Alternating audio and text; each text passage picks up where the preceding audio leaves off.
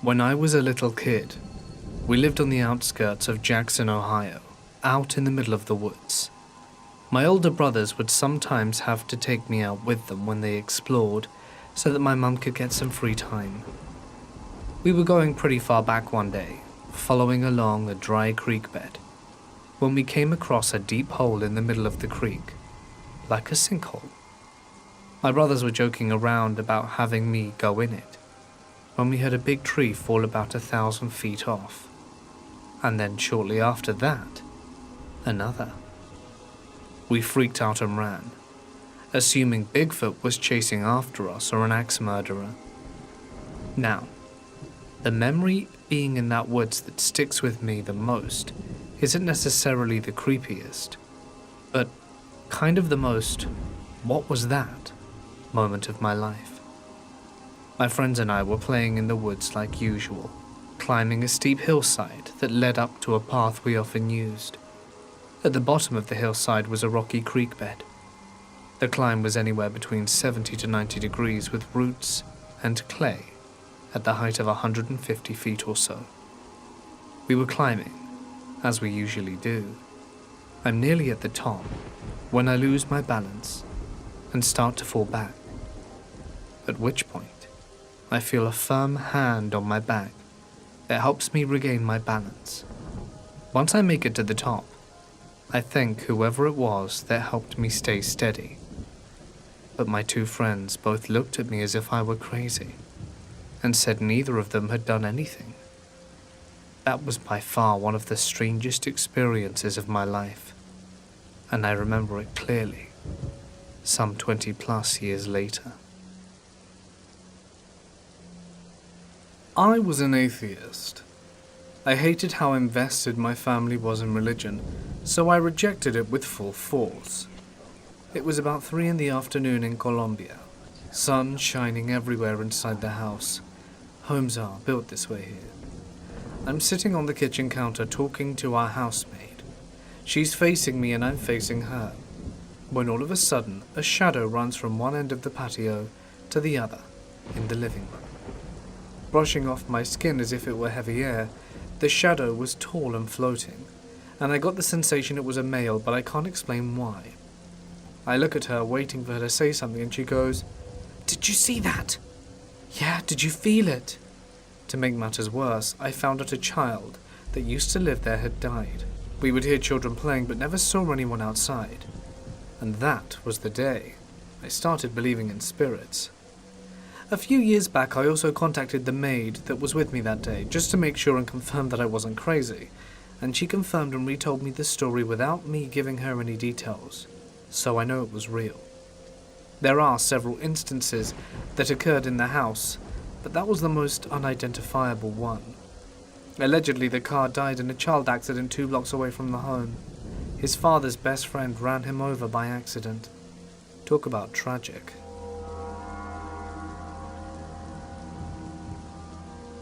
I was walking my dog and crossing the street with a green light, when a guy blows through the red light and almost hits me and my dog.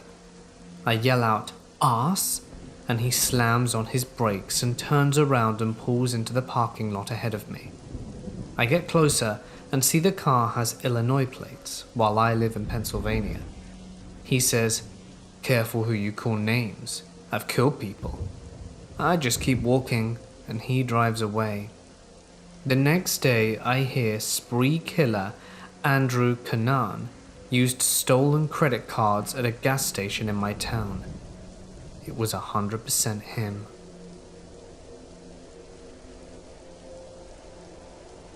My parents are divorced, and I switched off between parents every Monday. My dad just picked me, a 15-year-old female, up from my mum's. It was around 11:30 a.m., and I hadn't eaten lunch yet, so my dad suggested we go to Panda Express. We get in the drive-thru and I hear the usual, "Hi, my name's Rachel, how can I take your order?" It didn't sound like a robot, she sounded human, and my dad tells the woman our order, and she doesn't respond. We sit there for 2 minutes before my dad asks, "Hello, are you there?" But there's no answer. And we sit there for another minute before pulling up to the window to see if there's anyone there, but no one is. We see no one in the restaurant. The lights are all on, the window is closed, and the computer is on, but no one's there. We sit there for another 3 minutes to see if anyone walks in or out, but nothing. My dad claims he saw someone walk in, but I don't know about that, considering the fact that we saw no one in the restaurant. We joke around saying how the store is getting robbed or the people in there got murdered, but after a few minutes of joking we realize that those are very real possibilities. My dad calls 911 to report it and see if they can check it out, and we ended up going to Lee's and getting a few burgers. After we drove back by the Panda Express, we see people peering through the window and trying to open the doors. The doors were locked and they couldn't get in, but the store was open. It wasn't like it was closed and we just came at the wrong time. 5.5 hours later, we drive back to look at the Panda Express. The police aren't there. There's still no one in the store and people are at the drive-through line just sitting there. We drove by 5 times each time and we saw no one. There were no workers in the kitchen. Cleaning, no one. I still have no idea what happened, but I think there was a robbery or a murder or something. The entire thing was bizarre, and I'm pretty sure I heard a woman's last words. There was nothing on the news, and we didn't get an update. This happened to my mum's best friend. She was driving home late one night from work when she got pulled over by a police officer. She had no idea why, but figured it could be a tail light or something, so she pulled over. When the officer approached, he confirmed to her that her tail light was out and asked for her license and registration. So she gave it to him, and he disappeared to his car for a while. Later he came back. He started asking her weirder and weirder questions. They started regularly. Where are you going / coming from? But then they started getting personal. Do you have a husband at home? Any children? Any weapons? A daughter? Any aggressive pets? Once the questions started getting concerningly personal, she told him that it was inappropriate to be asking these questions. Then he started getting aggressive. I'm a cop. Do you know what that means? It means you shut up and do what I say. Now step out the car. Obviously she was pretty scared at this point. She rolled up the window and started looking through her purse for her phone. At this point the officer went straight up violent. He was pounding on her window and trying her door, yelling crazy stuff like, "Get out of the car, you dirty," insert curse word here. So in a full-blown panic she stepped on the gas and drove away. A chase occurred for a short while, but the cop quickly stopped following her as she got closer to the main road. She then called 911 where she learned that there were no officers that were supposed to be in that location. It was in the coming days it turned out that there was a rapist who was posing as a cop in the area. She had never had a broken taillight at all, but he had her address, her personal info, and even knew about her husband and daughter.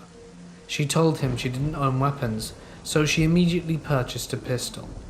Unfortunately, she was forced to live in fear for a while, until they finally caught the man.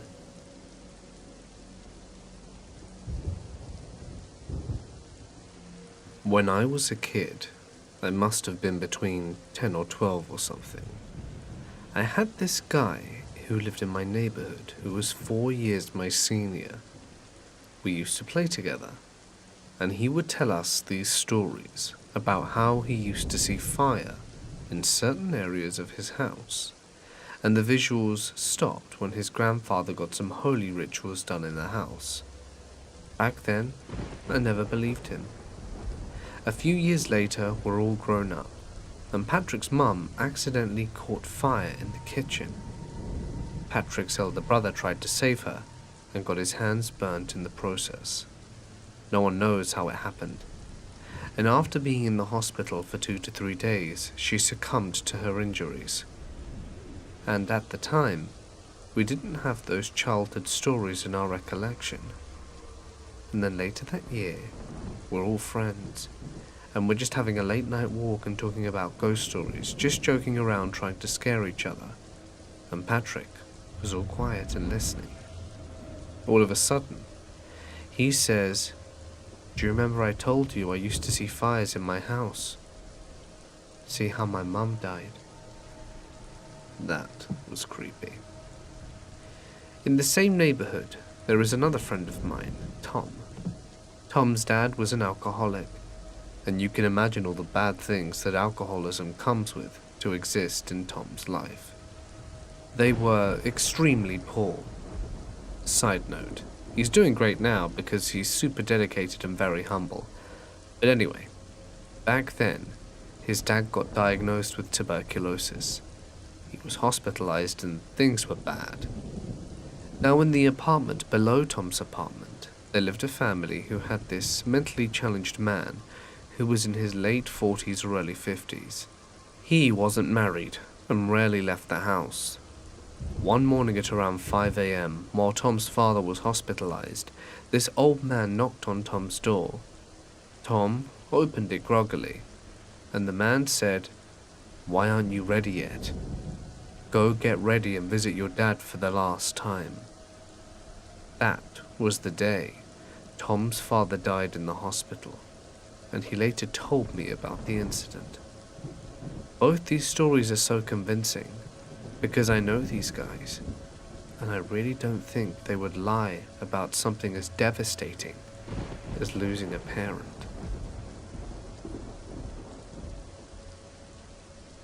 October 20th, 6 years ago. I came home from class at around 11:30, and no one else was home.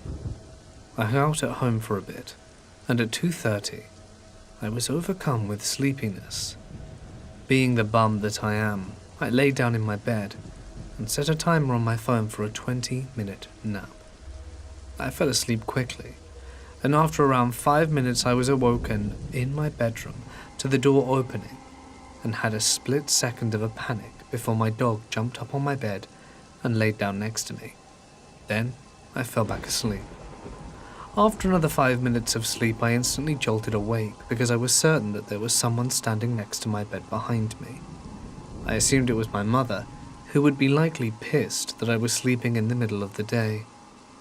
I awoke and turned around in one movement, and there was no one.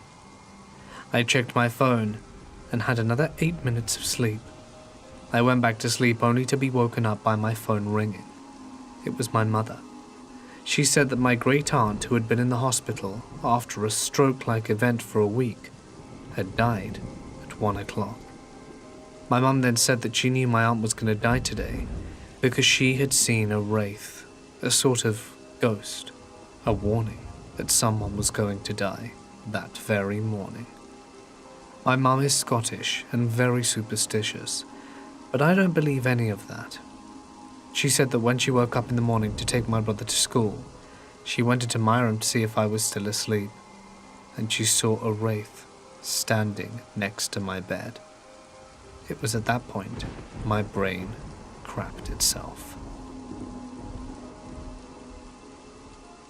I have a friend called Rebecca. Mutual friends of ours have always told me that she's haunted. Not her house, not a mysterious urn that she keeps or something. Her.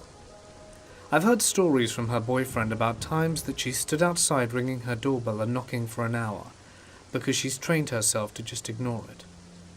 I was hanging out with her on her bed and thought I honestly can't remember what we're doing. It wasn't anything naughty. Her back was to me and she was laying on her side, and I was on my back staring up at the ceiling.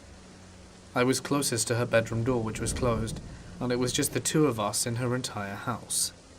Suddenly, movement in my peripheral vision caught my eye, and I see a shadow silently creep along outside the door, blocking out the hallway light coming from the bottom. I very slowly turned my head to look at Rebecca, and she hadn't moved. Her back was still to me, so that she couldn't see what I was looking at. I looked back at the shadow and sort of tilt my head back and forth, thinking it's a reflection of some weird angle that's playing games on my eyes. Nope. This shadow is actually creeping along outside the door. When it gets a little more than halfway, Rebecca out of nowhere suddenly screams, "Becky, go away!" I almost snapped my neck to look at Rebecca because she scared the absolute hell out of me, since I thought she might have been napping, and she still had her back to me. I looked back towards the door and the shadow was already gone. I asked her what the hell was going on and she simply said, Just don't worry about it. And she drifted back into her nap. The next occurrence happened in the same apartment. I was sitting on the toilet when I heard my main door open. I creaked open the bathroom door because I didn't realize anyone was coming home at this time, and I just wanted to know who it was. My 2 cats were sitting right outside the bathroom and were staring at me. No response from whoever was opening the door. I thought I may have just been hearing things, but suddenly, a loud, drawn-out gasp comes from the main door area, which is in the living room. Both of my cats immediately look towards the living room and drop into runaway mode. I slammed the door closed, locked the door, finished my poop, and then just sat there for a good hour or so. I actually don't remember what happened after, as this was a while ago, but I do specifically remember that none of my family came home during that day when I asked them later on. I was in bed and for whatever reason, I started shaking ever so slightly. A vibration so subtle that I actually got up, held my breath, and thought that maybe breathing was causing it or something. I lay back down, and the shaking starts again. I pull the covers off myself and open the light, thinking that maybe one of my cats was locked in my room and was rubbing against the bed or something. Nope, it wasn't there either. I get back into bed and pull up my blanket. The shaking didn't start again, but I literally felt something crawl towards me on top of the blanket. I cannot stress how much I am not lying about this. If anyone has a cat or any other animal, and have had them step on you while you are under your blanket, that's pretty much how it felt. Except the stepping on area felt larger, almost like the size of a closed fist. It approached me slowly, seemingly avoiding pressing down directly on my legs. I didn't see what was going on or what happened after, because the next thing I know, I've just woken up and it's morning. I remember what happened the night before quite vividly, and though I was really uncomfortable, I wasn't exactly scared. I go outside to the bathroom and close my door behind me. The second my hand leaves my doorknob, I hear it shaking incredibly fast and then it just stops, like something was rattling it extremely hard. And then that was that. There's literally nothing else that happened. Years later though, while working in a theme restaurant, I met an actress who worked as one of the restaurant characters. The first time we ever met, she told me that she felt a really strange energy about me, like there's something following me around. I told her about my hauntings, which I actually do have a few more of, and she told me she was a Wiccan, which I had no idea was a thing at the time. The one thing she did say was that it didn't feel like a threatening energy, and that maybe it was a guardian angel of some kind, which is why I don't feel complete dread or fear when these things occur. To sum it up, I'm fairly certain that Becca must have somehow latched onto me instead, or I picked up something from Rebecca's place. I haven't spoken to her for close to 15 years, but now that I'm writing this all out, I think I'm going to reach out to her and see if she remembers anything about that day. The other night, I was driving into the center lane of a 3-lane city street, when all of a sudden a car comes into my right blind spot and almost slams into me. I look over and see it swerving in and out of the lane, braking abruptly. I honk and I look over to see if the driver is possibly distracted, and I see that the man driving is drinking something out of his brown bottle. The man then comes up to my side and is screaming at the top of his lungs. Not wanting to get involved, I then make a lane change to the leftmost lane to get away from the man. I can still hear him screaming, so I turn on my rearview camera and see the man swerving across 2 lanes from the rightmost lane to get behind me. He then starts speeding up, as if he's trying to ram into me from behind. Once I see him inches away from my bumper, I decide to run the red light I am stopped at and make a right turn in front of the 2 lanes of traffic beside me, in the hopes that at this point he'll just leave me alone. I look in my rear view camera and once again I see the man is following me, trying to hit me from behind yet again. I panic and speed off on a side street, but I look back and he won't let up. He's swerving in the lanes behind me and is trying to keep up. In the distance, I see a freeway on-ramp so I speed over in the hopes of losing him on the freeway. The on-ramp has 2 lanes that merge into one. I pass up a car prior to the merge, thinking that the car will create a buffer between me and the man chasing me. When I look back into my camera, I see that the man is driving in the shoulder, on the brush, to the side of the on-ramp in order to pass the other car and catch me up. At this point, I'm driving close to 100 miles an hour and scared for my life. So I slow down and dial 911. I explain the situation to dispatch, and she recommends I try to get away to safety. The man then catches me up and begins coming up to my side of the freeway, and he repeatedly tries to swerve into me as if to ram me or run me off the road. I slow down in the hopes that he'll pass me up, but he too slows down, and his wife in the passenger seat throws a bottle at my car. For a second I lose visibility, as the car is covered in a brown foamy liquid. I think to myself, surely this is the extent of his road rage, and I look over, and it seems as if he's continuing on the freeway, ready to get away.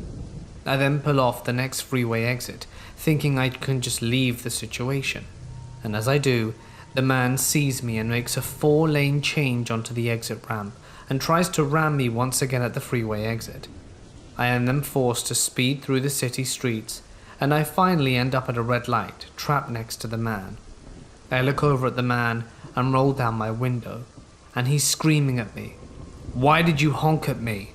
You're trying to make me look like a bad father in front of my kids? You want to go?"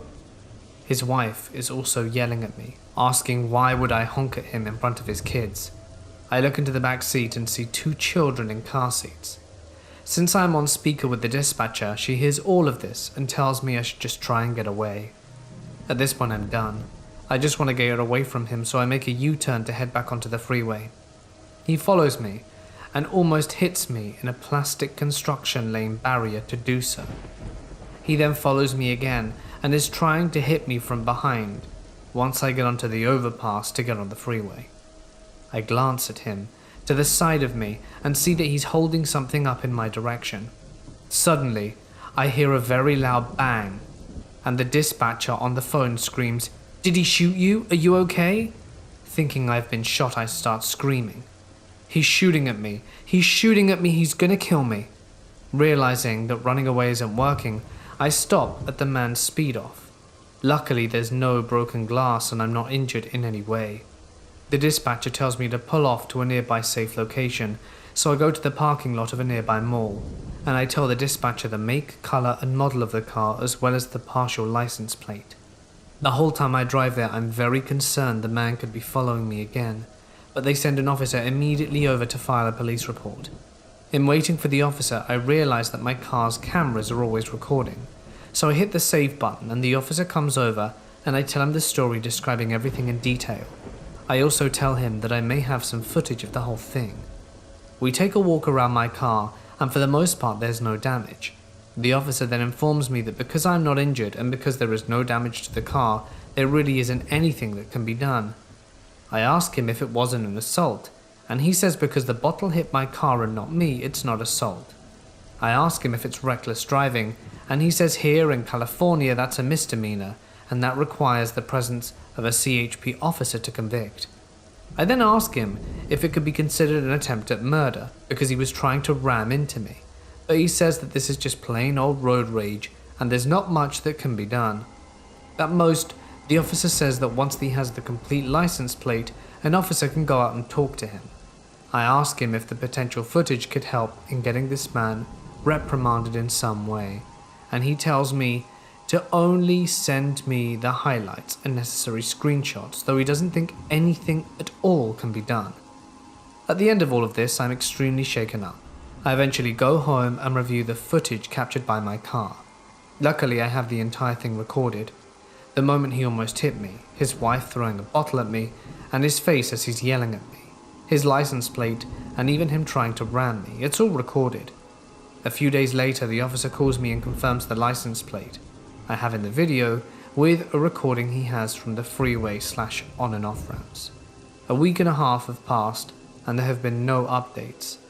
While I understand the law is the law, it is unacceptable to me that this man could be so overtly aggressive on the road, threatening my life and the lives of his children, and the lives of everyone else on the road, with no punishment? I was genuinely scared for my life, and in the process, both he and I endangered others on the road. Ultimately, this has left me feeling very disappointed with the system. An act of violence was committed, and due to technicalities, the driver gets off? I'm trying to keep my retelling as factual as possible, but this was a really terrifying experience. Even in the past few days, I still feel a bit hesitant to be an aggressive driver, like overtaking people or just changing lanes, and have lost my comfort in honking. I really wish I could say this didn't get to me, but it has. One odd detail is that the man was taking pictures of my car before the bang happened. What could he possibly want that for? Has anyone been in a situation like this? Is there truly nothing that can be done? Any recommendations how I can at least have someone check on those kids? Like I said, I have footage and everything.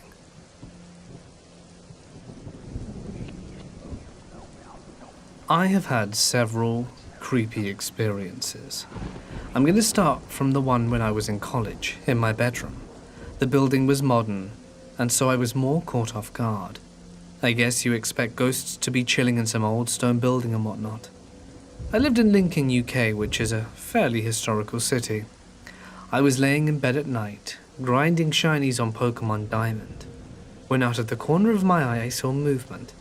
I looked up from my white DS, and at the end of my bed was a figure, a woman in all black, just staring. I stared back, silently, my brain frozen over. Without looking away, I felt for the light switch and hit the light. For some reason I assumed that this would make it go away, but it didn't. I shouted, jumped out of bed and ran. My housemates were all awake in the living room, and they were super concerned. We went back to my room and there was nothing there. I got mocked for the rest of the year. Roll on 4 years, I'm living on my own in China, Nanchang. In the winter, it gets cold and lonely. Being the social butterfly that I am, I decided to buy a bird from the old pet market. The guy gave me a fairly good deal on a majestic baggie. I don't know what her English name is. He assured me that I would be able to teach the bird to talk. Lol. It didn't take long for the bird to become used to me, and eventually would happily sit on my head, hand or shoulder, but would never talk. I named it Boromir, after the most important character in Lord of the Rings. As winter went on, things started to get a bit strange. One night I was sitting watching Arrested Development, when all of a sudden the bird began to laugh. Not that weird, right? Everyone laughs at Arrested Development, but this laugh was creepy, and it was high, and then got low. A moment later there was a banging on my door. I opened it and a man started shouting at me. I had no idea what he was saying, and then he barged into my flat. He walked over the balcony, one I had never even bothered to open, and started shouting stuff at me. I walked over, and even though it was locked up, it was flooded. An outside tap was fully turned on, and the water was pouring all down the side of the building. He had to go and get a key. Turns out he was maintenance, opened the balcony and turned the tap off. It took a while as the tap had been twisted so tight it was stuck. In the background, Boromir just laughed. The second time I heard this laugh, I wasn't alone. Another foreign teacher from Holland was sitting with me. We were both drinking whiskey and listening to music, when suddenly the laugh began again. We watched as the knob of the stereo turned on its own, first all the way up, then all the way down. At the time I didn't make a connection with the laughing and the weirdness. We were both pretty unnerved. One night I brought a girl back with me. She was scared of birds, so I put Boromir in his cage and covered it with a thick blanket. We went to bed. I closed the bedroom door and she got a headache, and we went to sleep. I could hear the bird laughing through the cage and through the wooden door. We woke up to banging on the door. This time it was the bedroom door. Someone was in my apartment. The girl started to panic, in ways that only girls do when there's an intruder, so I grabbed something heavy and went over to the door and pulled it open. At first I thought there was no one there, but then I looked down. Boromir was at my feet staring silently. The girl didn't come back, At this point, I decided the bird had to go. I put it back in the cage and found a friend who'd said he'd take it. The final night before he left, I was in bed, and I heard the laugh again. It filled me with dread, and waited for something to happen, but nothing did. I fell asleep, and woke up in my bedroom to the door slamming. And I woke up. There was someone in my room. She was speaking to me in a very hurried fashion, but there was no sound. She wasn't like the scary Lincoln lady. She was scared. She ran out of my room and I followed, hitting as many light switches as possible, and then she was gone. The birdcage was empty, but I could hear the laughter coming from my bedroom. I went back in, and sitting on the top of the lamp was Broimir. I didn't sleep that night. The next day I took him to my friend's place. I had told him everything honestly, as I'm not that much of an idiot, but he was still eager to have the bird. And this is the part of the story that seems the most far-fetched, but I swear down it happened. I gave the bird to my friend, and as I was about to leave, a little voice in my head said, "I miss you." In the end, the bird escaped from my friend's house a few months after that, and was never heard from again. Probably for the best. My dad died this past December. We were close, and I am still devastated. Dad was an Air Force officer, avid bird watcher, practical joker, and an amazing cook. He also put black pepper on damn near everything. I went to his farm to hold down there and take care of his dogs and chickens until they could be rehomed. While I was there, my stepbrother came to visit to keep me company for a day, and we lit a fire in the backyard fire pit and cracked a few beers. Half-hour into our conversation, a bald eagle buzzed us. This was literally less than 5 feet over our heads. It wasn't going after prey, and had no reason to fly that low, other than to get a good look at us and let us know it was there. There's no doubt in my mind, that was my dad. After my stepbrother left, I was walking in the house. There's a back door that leads straight into the kitchen, with a spice rack next to it. As I'm opening the door, a single container of black pepper flies off the shelf and lands about 4 feet away. There were a bunch of other spices on the shelf that didn't get moved, just the black pepper. I'm convinced that was also Dad. I immediately pour a little bourbon and another and another. That night, I got roaringly drunk. I cried my eyes out, howled at the moon, and screamed in the heavens. Everything I ever wanted to say to my dad, but I didn't get a chance to. I walked into the kitchen the next morning to find one of the mouse traps up on one edge. There's no way that happened naturally. I know my dad heard me, wherever he is. During the clean-out, I pulled my dad's wind-up clock off the wall. This was a clock that my dad had built the casing for, but hadn't worked in several years since my stepmother died. Dad, me, and my brother had all taken a crack at fixing it to no avail. It was a pretty clock, but if it didn't run, it was going to be given to charity. I pulled it off the wall and set it on the front porch, and lo and behold, it starts ticking. My wife's mouth fell open, and that both sent shivers down our spines. It was Dad telling me, "Don't give the clock away," and it now hangs in my house. And finally, after the funeral 6 months after his passing, we returned to the farm to bury his ashes. While packing up and about to leave the following morning, a rooster shows up. It was the exact breed my dad had. It came walking along the street, turned to the center of the long driveway, and walked straight up to the house. There's a section of the front yard where Dad had buried his past dogs. The rooster walks straight up to the gravesite, pecks around for a minute, looks at me, clucks, then turns, walks out the gate and into the cornfield. Dad was the only person within 5 miles that had that breed of chicken, New Hampshire Red. I also think That was my dad, coming to say hello. There was a guy who I used to work with called Dan. Dan was a chill guy who everyone got on with, but was a little weird at times. He used to believe in a lot of things: aliens, ghosts, government experiments, the lot. He wasn't religious, but that's besides the point. While messing around at work, he explained stupid things to us about how he's seen spaceships and how all this paranormal stuff happens when he's at home.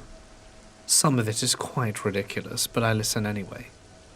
A few weeks later, he invites me for a round of beers. I was driving, so I couldn't really drink, but I still went over. We get on the subject of ghosts, and he starts explaining things to me, like how he was once eating an apple, and it just exploded as he went to take a bite. I laughed it off, and thought it could have just been some sort of pressure with the way he was holding it, causing it to explode. But he was deadly serious, and pulled out a few pictures of this apple, and started showing me the damage it had done to him. There was a picture of him with a cut on his cheek caused by the apple. However, I was still unconvinced this meant there was a ghost in his house. He wasn't messing around, and told me to hold on, and that he'd show me something. And he pulls out of this shoebox full of pictures from around the house, and just says, "Flick through those, you'll see." With a deep sigh, I say, "Okay." I go through these pictures of a recent Christmas. The usual photos: kids opening presents, the family having Christmas dinner, having a few drinks at night, a group shot. That's when I stop. This was the photo that left me in awe. His family was standing in front of this mirror, and I kid you not, in the reflection of the mirror was an Edwardian girl smiling straight at the camera. This was not one of those could be a smudge type of thing. It was not hidden behind someone can barely make it out either. No. This was a clear, colored, taken photograph, with the girl's reflection being black and white. You could make out her face, her smile, her clothes, her hands, everything. It doesn't end there though. Dan says to me, "Told you I wasn't kidding you." I go to the next photo. Same sort of thing. Family members have moved around and so had the girl. She's doing a different pose. She's smiling now and showing her teeth. I couldn't believe what I was seeing. There was this black and white girl, standing right in the mirror smiling at me, like she'd been there the whole time. I felt like someone had just thrown a bucket of ice-cold water over me, like I was being watched, like I wasn't welcome anymore and felt like I needed to leave. I put the photos back in the box and left shortly after. I still don't believe in ghosts or aliens or anything like that, but I know what I saw, and I know that it scared the hell out of me.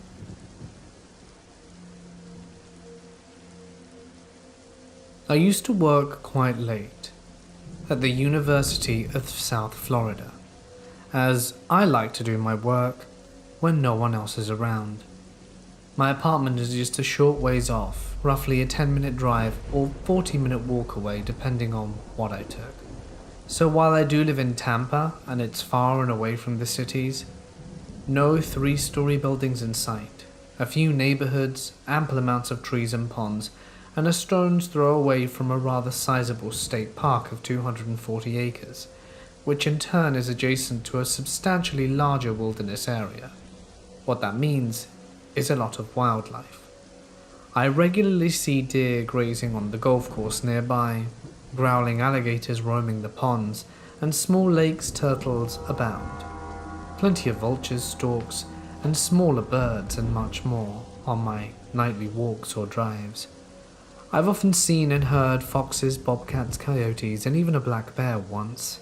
So as you can imagine, when I found out several cats and a small dog had gone missing, I naturally thought that if a predator was responsible, it would be one of the larger coyotes, bobcats, or maybe even a bear or gator. People, especially in gated communities, leave their pets out to roam about the day or night.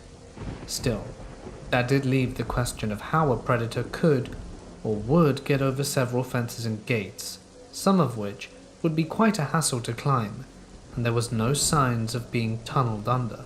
So why go for a pet inside a box that would be harder to get out of when fat ducks were extremely abundant?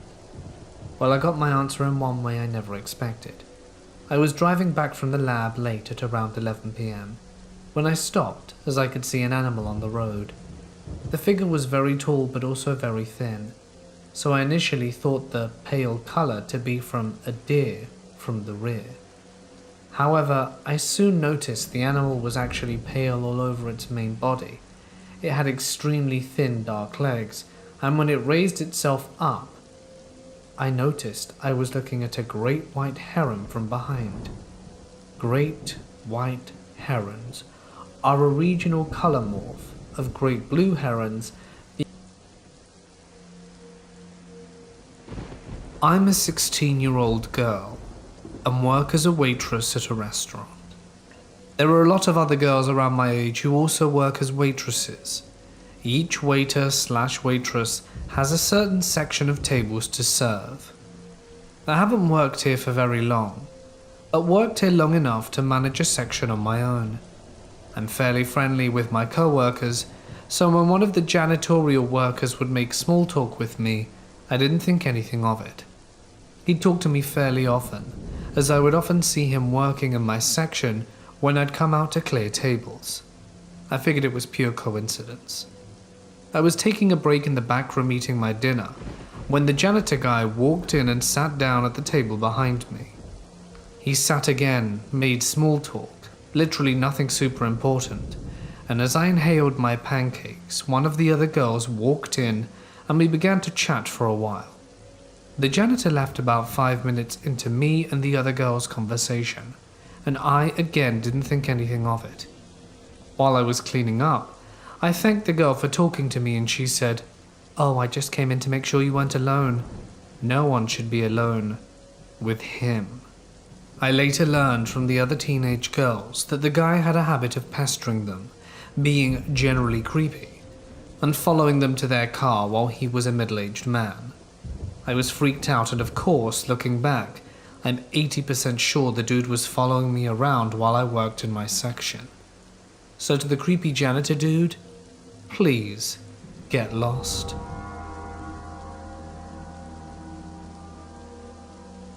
This happened last year. My friend and I were coming back to my town after hanging out across the state line, when this lady started flashing her brights to my friend to go faster. We were going the speed limit and it was dark and hard to see. After a while she paused to the side of us, which she could have done the whole time, and we can hear her yelling at us like a banshee through our rolled up windows. In our state, several people have been shot over road rage, so my friend grabs for her phone in case something starts going down. As she's reaching, the car swerves slightly towards the lady and she recovers. The lady screams even louder and gets behind us again, riding our bumper. We come to the first exit for the town I live in, and I told my friend to take it so we could not have this crazy lady next to us. She follows us to the exit, so I have my friend turn into a parking lot. The lady followed us but got caught by a red light, so we leave the parking lot back to the highway, and she comes right back at us again. Luckily, a truck pulled out and blocked her vision of us, and we made a right turn when the traffic allowed on a red light and swerved between cars to put as much distance between us as possible. We finally lost her after she had been following us for 11 miles. When I was 10, I was spending the night at a friend's house, and my buddy and I were sleeping downstairs in the front room. This house had an old dirt wall basement cellar that none of the kids were ever allowed to go into, the entrance of which was a door in the hallway that connected the front room to the kitchen. At about 1 or 2 in the morning, I wake up to the sound of the door opening and closing, and I look in that direction and see my buddy's little sister exit the cellar and walk quietly towards the kitchen. Thinking to myself there's no way that my buddy's 5-year-old sister snuck downstairs to the basement and back again into the kitchen, I get up to go investigate. As I'm walking down the hallway, I can hear her shuffling around. I finally reach to where I can see into the kitchen and look directly at her. She's standing on her tippy toes reaching a large glass jar filled with granola bars. As she's pulling a granola bar out, I call her name. She quickly turns around on her heels and with a shocked look on her face, and I flip the light switch on. She completely disappears, and the granola bar falls to the ground. As you can imagine, I freak the hell out, run back to the front room and cover myself with blankets and don't sleep the rest of the night. By 7 a.m., my buddy's parents are coming downstairs carrying the little sister, grumbling that they didn't get enough sleep because she slept in their bed all night, and then proceeded to wake us up and scold us for leaving the jar of granola bars open all night.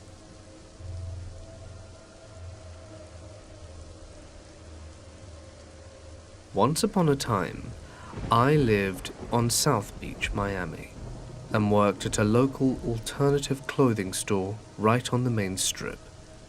One day in the middle of summer, I was at work with just the store owner with me there. It was slow season and the customers were scarce. So she made herself busy dressing mannequins on one side of the store while I sat folding shirts behind a display case on the other side. It was boring to say the least, but at one point the owner interrupted me to ask if I had seen her kids come through. They lived upstairs, so this would not have been unusual. However, I had not, and told her so. When I asked why, she said she could have sworn she heard some kids laughing and talking somewhere in the store, but I hadn't heard a damn thing. So she went back to her task, obviously confused. I resumed work folding the clothes and thought nothing more of it. All was quiet and completely unremarkable for the next 10 or so minutes, until a sudden movement in the corner of my eye caught my attention. I then turned to look just in time to see my bottle of vitamin water launch itself from where it was sitting on top of the display case, slam into the wall 5 feet behind, and spill all over the floor. No joke. That bottle flew into the wall like it had been struck by a baseball bat hard enough to get a home run. I say that I was perplexed, and that's an understatement. I sat there frozen and stared at the mess as I struggled to comprehend what and how it happened. I would have been able to see someone if they'd have thrown it, and no one was around, not a soul. But it wasn't physically possible, right? My brain felt like it was going to short circuit. A few moments later, I was still staring stupidly at the mess when the owner walked up to check on me. "Is everything all right?" she asked when she saw what happened. I didn't know what to say, but I think I mumbled something about the bottle getting knocked off the counter, and I told her I would clean it up right away. Satisfied but still confused, she shrugged and walked away. Now this is where it gets really wild. If you've ever seen a vitamin water cap before, you know it's made of quite hard, thick plastic that is nearly impossible to break without some sort of tool. So whatever quantum force decided to make an example out of my bottle that day must have been especially powerful, because the impact it had made against the wall split the cap clean through the center, sending both pieces flying in opposite directions before they hit the floor. I'm just glad I wasn't in the way. So take it from me, poltergeists don't mess around.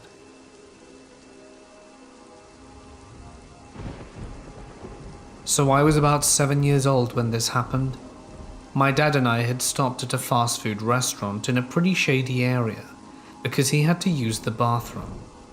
There weren't that many people dining in there, and the restrooms were in the very back, like in most fast food places. My dad told me to stay at the table right outside the bathroom and that he'd be right back. I wasn't too worried because although I didn't like being left alone, my dad always made sure to be super quick in public bathrooms so that I wouldn't be left alone for too long. But almost immediately, after he went in, I felt eyes on me and noticed there was a small group, maybe of 3 to 5 older men, all in their late 50s, sitting a few tables away. They were all staring at me simultaneously without speaking, and I remember feeling kind of scared because it was so odd, even as a little kid who didn't really know what was going on. So one of them says fairly loudly, and I remember this so vividly, "Wow, look at that pretty little girl over there all alone. We should do something about that." And they all burst out laughing. I felt so much dread at this point. I didn't know what they meant, but I knew they were bad. Fortunately, my dad came out moments later. I whispered something to him that I don't remember, but I think he could tell something was wrong by how scared I looked. And without saying anything, he walked out with me, and we rushed to the car. We never talked about it, but after that day, my dad would always take me into the public bathrooms with him. I know this might not be the creepiest story, but it was scary enough that combined with some other experiences, I don't think I can ever fully 100% trust a man to not be creepy or want to hurt me. So, everlasting trauma is certainly fun. I used to work quite late at the University of South Florida, as I like to do my work when no one else is around. My apartment is just a short ways off, roughly a 10-minute drive or 40-minute walk away depending on what I took.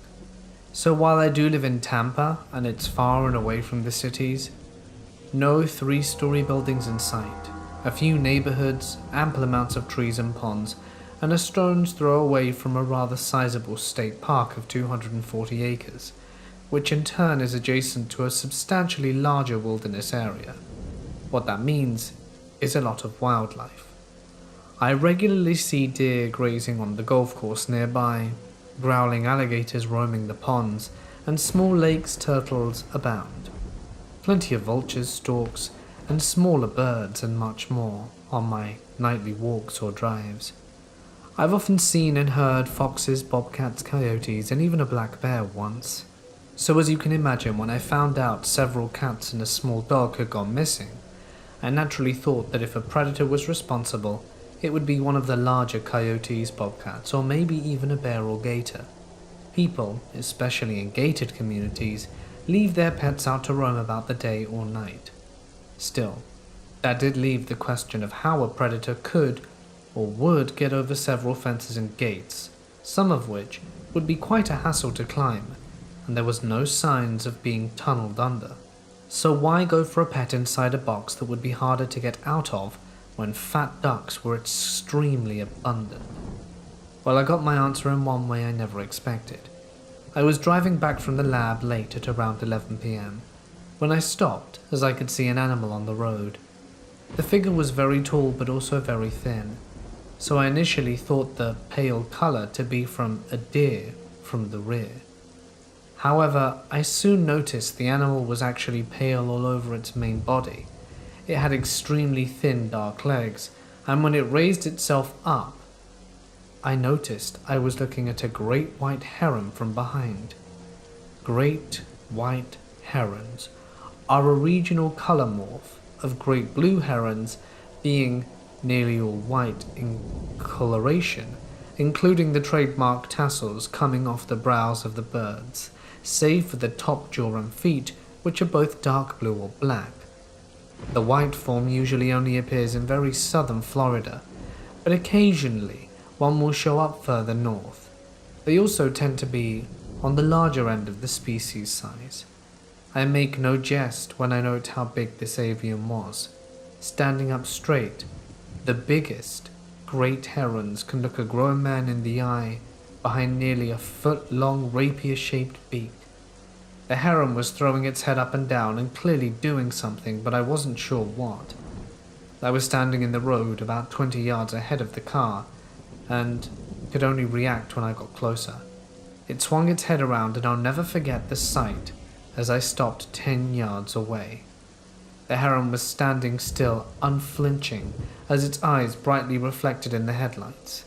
The white feathers across the chest and part of the wing were stained in a tarry red from coagulated blood, as it had half of a cat hanging out of its mouth. Herons can gulp down surprisingly large prey, such as big fish, muskrats, bullfrogs, and even young alligators. But it's one thing to see them swallow a wild creature whole, in still frame or in pixel on a video. It's a whole different ordeal to see one doing it in the flesh after having killed its prey by impaling it on its beak. When I compared the beak to a rapier earlier, I meant it. They can impale that thing through the armored scales of a garfish. Herons have been known to kill eagles by ramming their beaks through the latter's chest. Poor cat never stood a chance. The heron didn't seem at all fazed by my arrival. Instead, it flicked the dead cat back and forth into position in its mouth before tilting its head up. You know that shot from Jurassic Park when the Tyrannosaurus swallows a goat? Same sort of visual at first, only with another disgusting detail. When the heron started swallowing, its thin neck bulged outwards to accommodate the food. It kept its eyes pointed straight at me as the big wad of slain feline slowly worked down its throat to the crop, sometimes a limb visibly impressing towards the outstretched skin. All the while the heron let out raspberry breaths while standing tall, still spattered in gore from pecking on the poor pet to death. And after it finally swallowed its prey, the heron paced closer to the side of the road. It actually got next to the car at one point and was close enough I could confirm its height to be about 5 feet or more, because the top of its back was level with my side mirror. It was at that point I realized I had the windows partially rolled down, and was smelling sanguine musk of death. The damn bird was nearly level with my window, looking right at me, and leaning closer. Needless to say, that snapped me out of my stupor. I blared the horn to make it back off. On the menu or not, I didn't like how it was looking at me. Driving down the road and making the turn, I could still see it, looking towards the car, as it paced down the darkened sidewalks like it was the most casual thing ever. A 4 to 5 foot tall predator half covered in blood just to be there. Obviously I was in no direct danger myself being in the car, and decidedly not on the menu, but I didn't like the way it looked at me. This avian predator clearly didn't at all fear people, even if it seemed conscious of cars and my presence, and given this happened in a gated community, I'd never seen any mammalian predators bigger than a possum in. I think I now know what was eating those pets. We often can hear nowadays that birds are living dinosaurs, but I don't think some quite register that the featherheads they're familiar with are fat city pigeons or delicious fowl. I think seeing this would help get the message across. And at night, every so often, I can still hear the deep, throaty shrieks that species gives off from flying over the forests and swamps and into the neighborhoods. Don't leave your pets out, people. Let me preface this by saying that while I was pregnant, a colleague of mine with whom I was close had started coming with me any time I left the office to do anything. Pick up records, shop during lunch, grab something to eat, because she was adamant that a young, heavily pregnant girl shouldn't be out by herself. Too many horror stories about pregnant women being taken or cut open for their babies and stuff.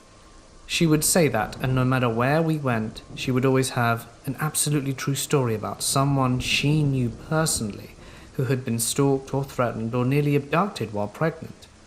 At the time, I brushed off her warnings as utter nonsense. Skip forward a few months. I was 23 and a new mother confined at home on maternity leave, and very excited for my first daytime excursion out the house with my infant son, who was 2 to 3 months old at the time. My husband wasn't too thrilled at the prospect of me going out alone with our son while he was at work, especially in my pre-mum car, a white Mustang GT convertible, but he begrudgingly accepted on the condition that I swap cars with him for the day, since he drove the Ford Explorer we had purchased in anticipation of the baby's arrival. I'd only driven the truck once since we bought it, so I wasn't that familiar with it, Nonetheless, I loaded it up with the stroller, the car seat, a diaper bag overflowing with nearly all of our baby gear, and a 6-month emergency supply of formula. You know, just in case. I was only running out to do errands and planned to stop at Target, the grocery store, and pick up a few things for lunch on the way home. My first stop was Target, where I relished my newfound freedom, not paying nearly as much attention to my surroundings as I should have been. But on my way out, one thing did catch my eye. An average-looking white guy in his late 20s to early 30s, average height, with dark blonde hair, wearing a tight, light grey t-shirt and nerdy glasses, leaning against the wall leading to the store exit. I immediately felt a wave of terror wash over me, but I convinced myself there was absolutely nothing abnormal about him to warrant my worry, and I brushed it off as new mum paranoia. Next, I made my way to the grocery store, where I parked towards the back of the parking lot to avoid smashing into any other cars, since I had no practice parking such a big truck. As I hopped out the driver's seat, another completely normal thing grabbed my attention. A compact red Chevy parked 2 lanes over from me, with a good 12 to 15 spaces between it and the car parked next to it. I had parked far back for a reason. I remember thinking the Chevy had no similar discernible reason, but again, I'm a paranoid mum with an already paranoid nature, so I ignored it. I did make note, however, that I thought the Chevy had parked there before me. I would later realize it had followed me there, but the driver still hadn't gotten out, even though I had pulled in after it and spent a good 10 minutes getting the baby into the stroller before going in. You would think the driver would have gone into the store by now. Over an hour later, I returned to the truck and scanned the parking lot. There was the red Chevy still parked in the same spot, driver still in his seat. Again, I rationalized that he must have gone in after me and somehow had people finishing just before me. Otherwise, he'd had to have been watching me. And rational people don't think other people are watching them, right? I packed everything up and headed across the street to the McDonald's drive-thru to pick up something to eat on my way home. The Chevy was following me, I noted, but while I pulled up to the speaker, he pulled into the back of the parking lot of an adjacent bar and parked facing me. Logic would normally overcome at this point, but I was determined not to be crazy, so I collected my food and decided to prove once and for all that the Chevy wasn't following me. I left the drive-thru and headed back to the grocery store, where I had first noticed the Chevy since he was still there. I thought he would have no reason to go back unless he was stalking me, and sure enough he followed. Now hell-bent on proving myself wrong, I looped around the parking lot, crossed into the neighboring street, and back through the parking lot again. Something no one would have any reason to do unless you're trying to prove that you're being followed. Of course, to see if he followed. I had to repeat the loop 3 times before I was thoroughly convinced that I was being stalked. I finally allowed the fight or flight feeling I had been fending off all morning to take over. I suddenly thought of my colleague who had repeatedly told me to never drive straight home if I ever thought I was being followed. Knowing that I lived in a very remote area with no neighbors, I started to head for the police station. The only problem was, I hadn't thought to check the gas gauge, and since my idiot husband never stops for gas, the low gas warning chose to go off at that very moment. I knew I didn't have enough gas to make it to the police station, let alone home, and the Chevy had to know I was onto him by now, so I wasn't about to risk stopping to fill up. I started coming up with alternatives. I could call 911 from my cell phone, explain the situation, and have a police officer meet me in the middle before I ran out of gas. Brilliant, I thought to myself. And as I reached across the passenger seat to grab my cell phone. Unfortunately, as I was unfamiliar with the truck, I didn't know that you weren't supposed to lay anything on the passenger seat. One sharp turn, and whatever was on it would slip across the seat and down into the space between the side of the seat and the door. I frantically patted down the entire seat before I realized my phone must have slipped, and there was no way I could reach it without pulling over and getting out. By now I was going 80 miles an hour down the highway, and the Chevy was right behind me. I peeked out the rearview mirror, and he was close enough for me to make out what he was wearing, a light grey t-shirt, and I recognized the nerdy glasses covering his determined eyes. I realized it was the totally normal guy I had seen standing at the exit of Target. He'd been following me for almost 3 hours by now. I suddenly understood the gravity of the situation. I wasn't crazy, I was being hunted.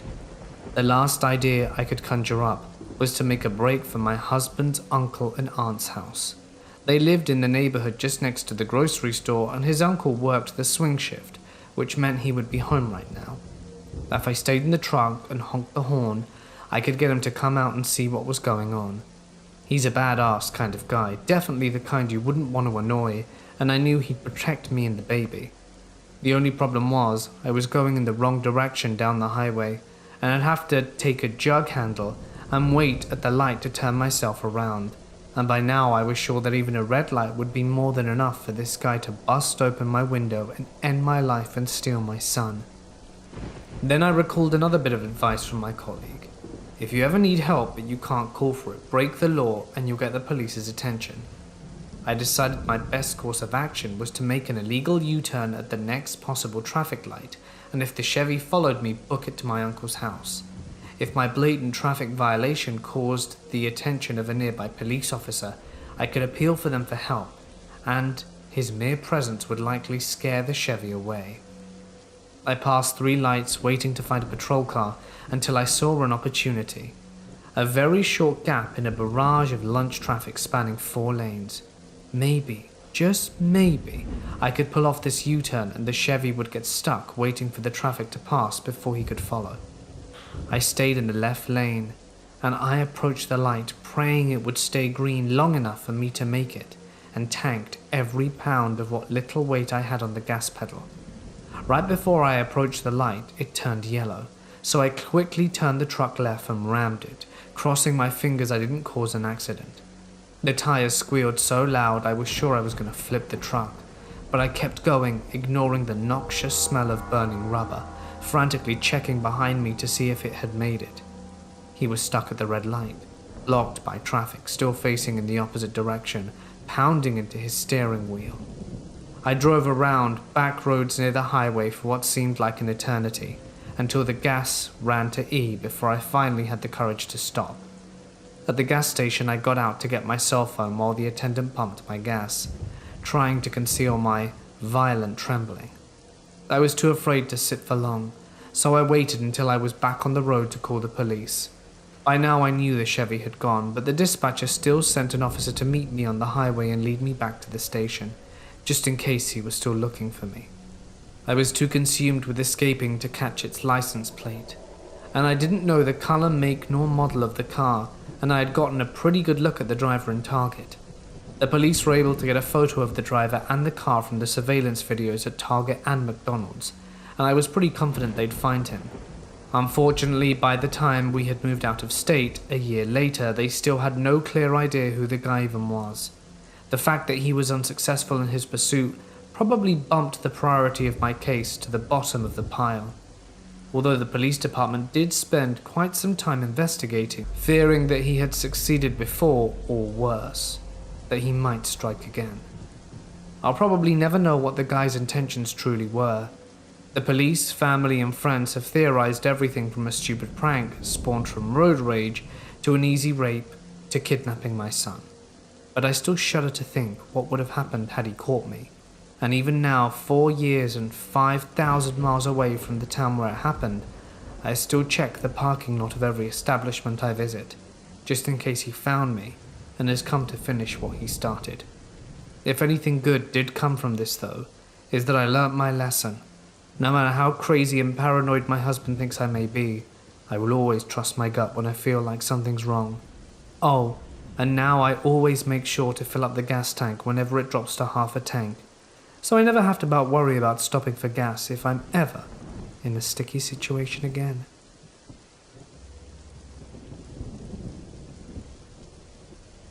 I used to work in a store built in a former World War II military hangar. I didn't think much of it until I went into a workspace that was the former ready room and saw some of the desks and counters were original. For some reason the hair lifted on my neck, and when I asked people working there about the area, they just shrugged and said it was haunted. Everyone knew that. and it was an eerie feeling, not creepy, but like being close but not in touch with an electric current. I always felt like time had bent on itself there, like the sailors were busy doing their jobs and so was I. They were nice though. I always spoke to them quietly when I was there. One time I was looking for some tiny repair parts with no luck, and I finally asked, "Hey guys, can you help me?" I walked around the table where I had just been to find a bag full of those parts sitting there alone. I said a nervous thank you and fled. Another time I was doing inventory alone when a baby doll 2 hours away out of the blue asked, "Will you play with me?" I told it I was a little busy, but then decided it was time for a break. The present scared a lot of people worse than me, but it was pretty awesome too, when you think about it. I only climbed up to the top of the tower when a frightened co-worker asked me to go with her, as it was just used for storage. At the top I didn't feel the presence as much as I did in the old ready room. Down there they had hung a curtain over a window that had once looked out to the hangar floor. With the interior shelf of the store in place, the window now looked into an attic of shadowy shapes, and no one wanted to look there too long. Still, I hold that there was no sense of evil, just the constant tingle saying you weren't alone.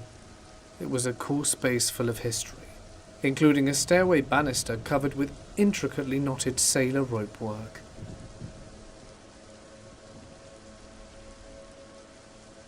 Two years ago, my family had our first Christmas at my grandmother's house, since my great-grandfather had passed away.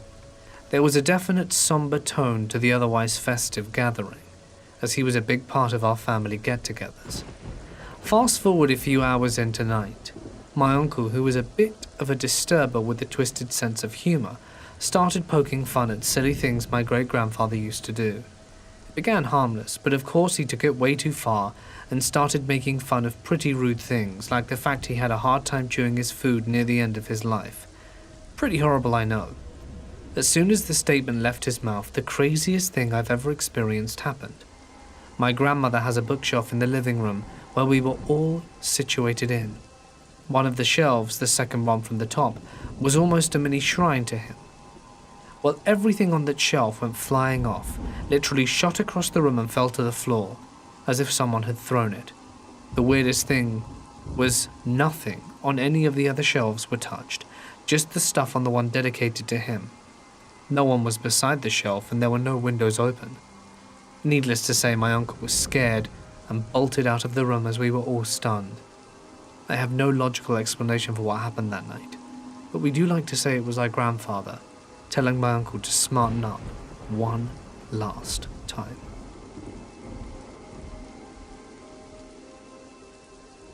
About 20 years ago, I went to visit a relative who had just moved to our town. She invited me into her kitchen for tea. We sat at a little table in the corner, but at one point she left the room to go and get something. I don't remember what. I glanced over to the other side of the kitchen and saw a man hanging by the neck over the stove from one of those plant hanger hooks. Moments later she returned and just said, "Not sure how you're going to feel about this, but I just saw a man hanging by the neck over there," and pointed to the stove. She asked, "What did he look like?" He had dirty blonde hair and moustache and wore a brown flannel shirt. She went white.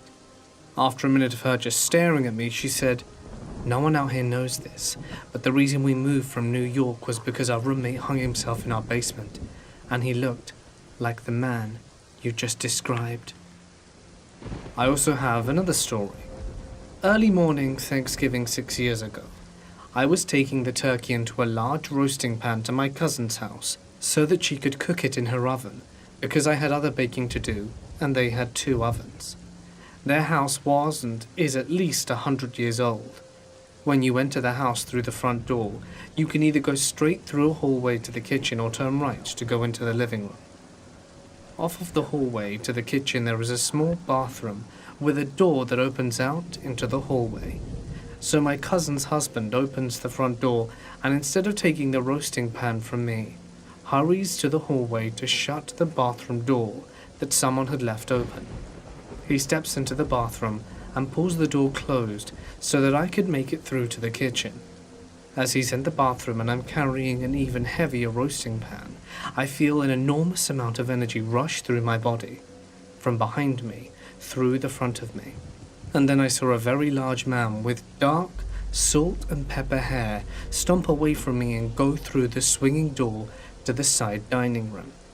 I hurried to set the roasting pan down, and then went to the still swinging door to look in the dining room to see what the hell just happened. When I pushed the door open and looked in the dining room, there was dead silence and I was stunned. I turned back around and my cousin's husband was walking into the kitchen and said, "Did you see that?" His face was deadly serious. All he said was, "I don't want to talk about it." And they moved to another house a year or so later. My final story goes like this. I had come home from work for lunch. It's a 5-minute drive, and afterwards I was driving back to work but had to take a different route than usual, right past a very large and beautiful cemetery. The street is divided, one with large trees in the median, so I pulled out and turned left. There wasn't any traffic. It was a beautiful sunny day, and I've driven down that road about 10 yards, no traffic, no parked cars, when I looked out the passenger window and suddenly see a young man sitting there on the curb. He's wearing long jean shorts, a red t-shirt and a baseball cap, and he's sitting on the curb as if he's waiting for someone. It surprised me so much because I hadn't seen him when I looked, and I should have seen him. So when I passed him, I looked in my rearview mirror, but then there was no one. I pulled over and actually did a double take, and actually got out, and there was still no one there. Fairly sure he was a ghost.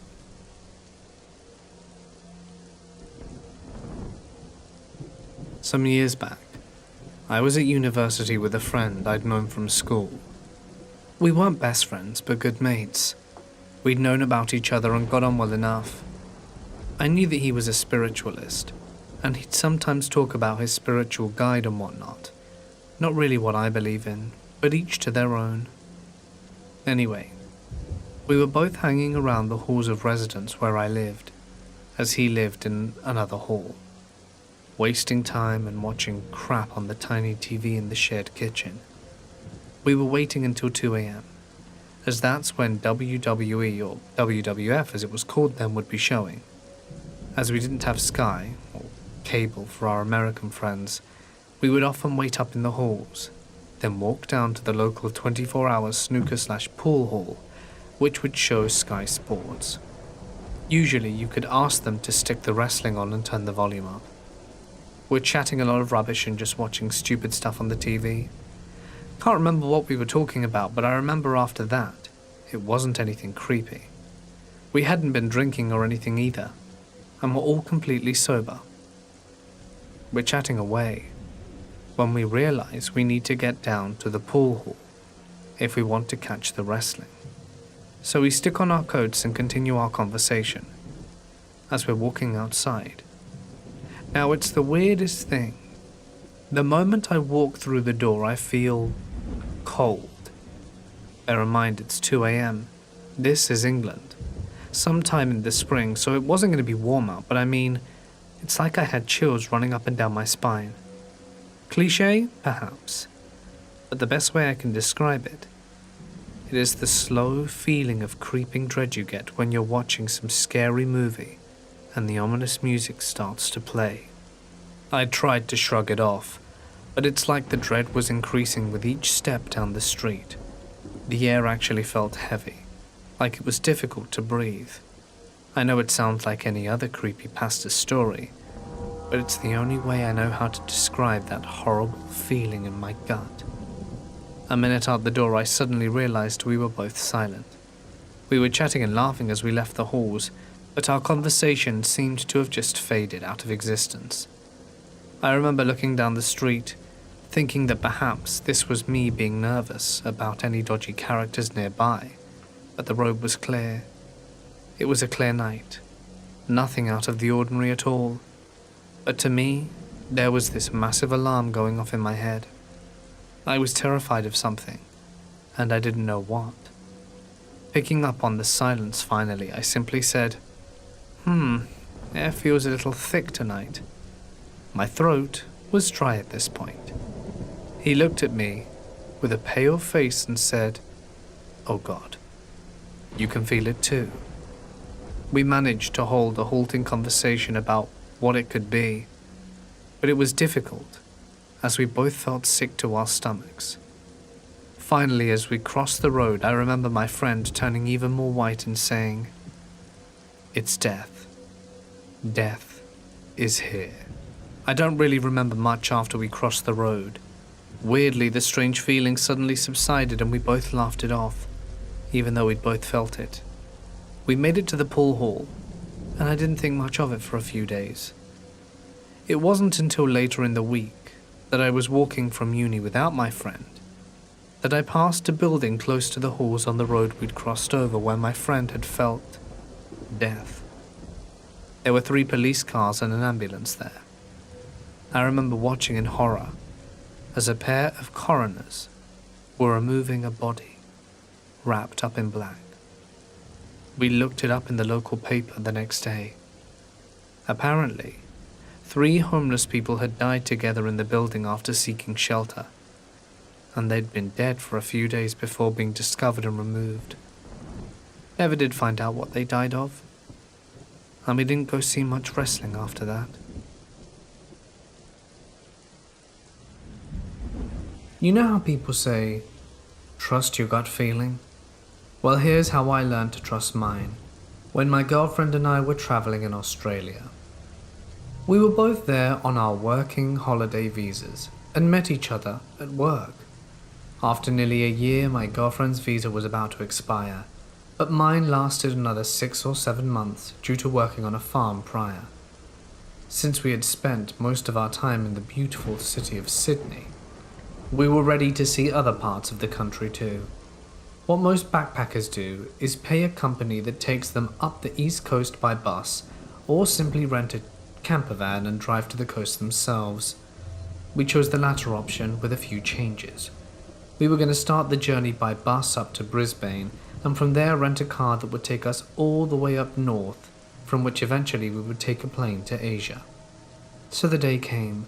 We said goodbye to our workplace and our friends that we had made during our stay, and went off. After a few days in and around the area of Brisbane, we started looking to rent a van. Not having a lot of money, and wanting to save what we had for other adventures, we eventually settled on renting the smallest and cheapest Subaru that we could find, since we figured it would be uncomfortable to sleep in the car, and bought a tent instead. This car was even so small that it came with a map, showing where we were allowed to drive, and which roads that it would be too tough for. So the journey continued, and with the help of our rental, we had the option to visit less known or touristy places. We saw some really amazing things along the coast, and since we had enough time, we decided to see some of the real Australia. You know, the rustic desert with red sand that you'd see on postcards of the outback. So the next day we changed our course from north and started going west. The GPS was showing a drive of about 10 to 11 hours, until our goal, which was a small town in the middle of nowhere. Not too bad. I was the only one with a driver's license, and I had done trips like this before. Leaving the coastline behind, it didn't take long for the climate to change, and soon we found ourselves in places just like those on the postcards. The ocean wasn't the only thing we left behind. It seemed the further away we got, the lesser civilization we saw, which was understandable. And we had gone way past the area we were allowed to drive in with our little car. We weren't worried though. The roads were all kept well, and this was our trip which we were going to enjoy. This meant taking a lot of breaks for pictures, and to take in the new landscape and scenery, which in turn made it a longer drive. Eventually the sun started to set, as we headed towards the horizon. Now here is a thing that you need to know about driving in Australia. You need to be very careful while driving at night, or preferably do not drive at night at all. This is due to the amount of kangaroos crossing the road, with some of them being as large as a fully grown man. How many people told me this before our trip? So many. But during our drive, We were so far away and hadn't seen a single one, and figured that people must have been exaggerating. Now as the sun started to set, and we actually saw a kangaroo for the first time, it was nice seeing it up close. We soon realized what people had been telling us was true. With the sun gone, the sides of the road started to fill with them. It was almost like something out of a vampire or zombie movie. After a few close calls, we had to slam on the brakes to not hit any crossing animals, and we eventually just kept a very slow pace. This, of course, meant an even greater delay in our drive. After a while of driving like this, and when daylight was completely gone, we came across a small town. Being quite hungry, and not knowing how long it would be to the next town, we decided to stop and see if we could find anything to eat. This place we had just ended up at gave us a bit of a freaky vibe. Maybe it was just because we were in the middle of nowhere, and we both came from the city. Perhaps it was because the place was so badly lit, and there probably wasn't more than 10 houses. My city brain probably freaked out a bit and thought, this looks like the hills have eyes. At least it had a bar and a restaurant. The place was probably frequented by truckers going through these roads. We entered, and I guess every person in the town must have been there, which weren't much, along with 1 or 2 truckers. My girlfriend and I stuck out like sore thumbs. As soon as we sat down and ordered our food and drinks, the people next to us, it may have been some sort of family, sat down by the table next to ours. We ate. I didn't pay them much attention. That is until I heard something they said, which made my ears grow wide and a chill that ran down my spine. Now I can understand that people living out there would have fun spooking the tourists coming through, and I'm not sure if that's what their intentions were, but it got my attention as they uttered Wolf Creek. If you've been in Australia, you may have heard about the story. I don't think any traveller there hasn't heard of it. Looking back at it, it sometimes felt like a mythological creature you would tell your kids about to scare them. Except, these stories are true. Wolf Creek is a movie based on a serial killer who targeted backpackers traveling in desolate places in the 90s. I guess it happened in various ways, but he often incapacitated and tortured his victims before ending them. As you can understand, it is a nightmare for backpackers. However, fortunately for everyone, he was eventually caught and imprisoned. What this group of people next to us were talking about was that the police had arrested the wrong guy, and that the real Wolf Creek killer was still out there. I was sitting there listening to every word coming out of their mouths while my blood was running cold, and trying not to seem disturbed in front of my girlfriend, who didn't notice the conversation taking place. Again, I'm not sure if they were just full of rubbish and were trying to scare us, but I was getting freaked out. As we finished eating and paid, we were leaving, and the trucker sitting in the bar turned to me and said something like, "You really should stay here for the night.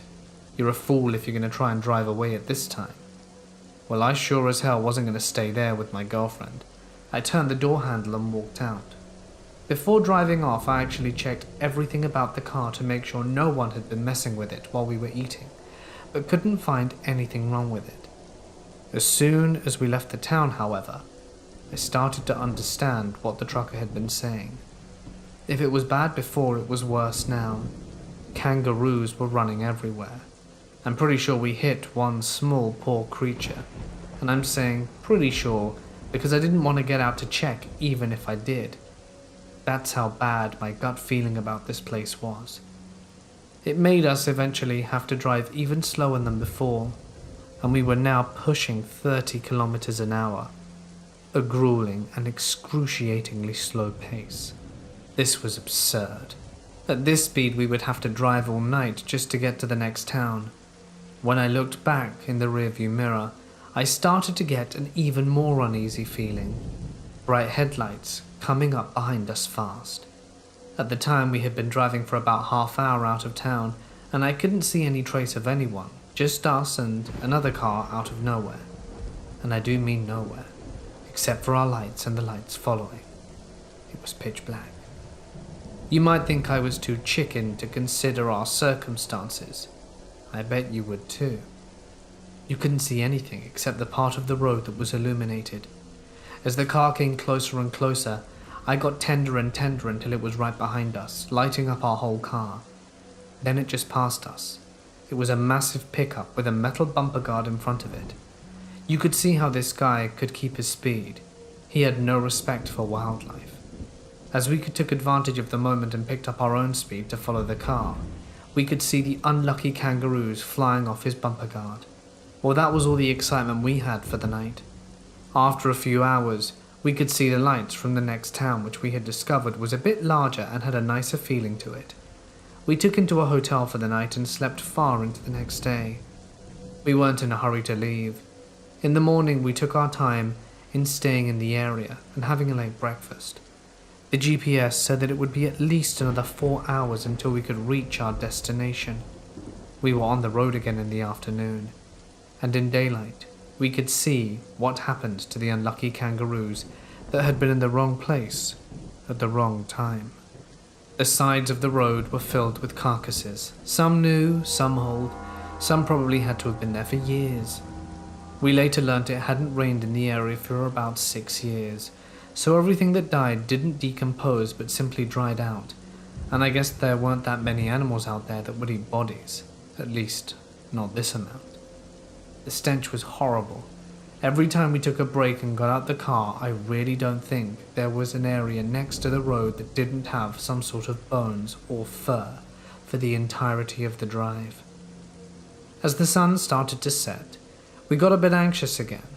We really didn't want to have to redo the experience from the night before. The signs were all there, and the kangaroos were lining up like zombies just as before. However, as the sun had passed beyond the horizon, we saw our goal. We had chosen this town since it was known to have dinosaur tracks and fossils in the area, and we noticed as we entered between the buildings, and it was way bigger with more people and tourists than the town that we had been driving past. That doesn't say much. You could probably walk from one end to the other in 10 minutes, but compared to the other towns, it was a metropolis.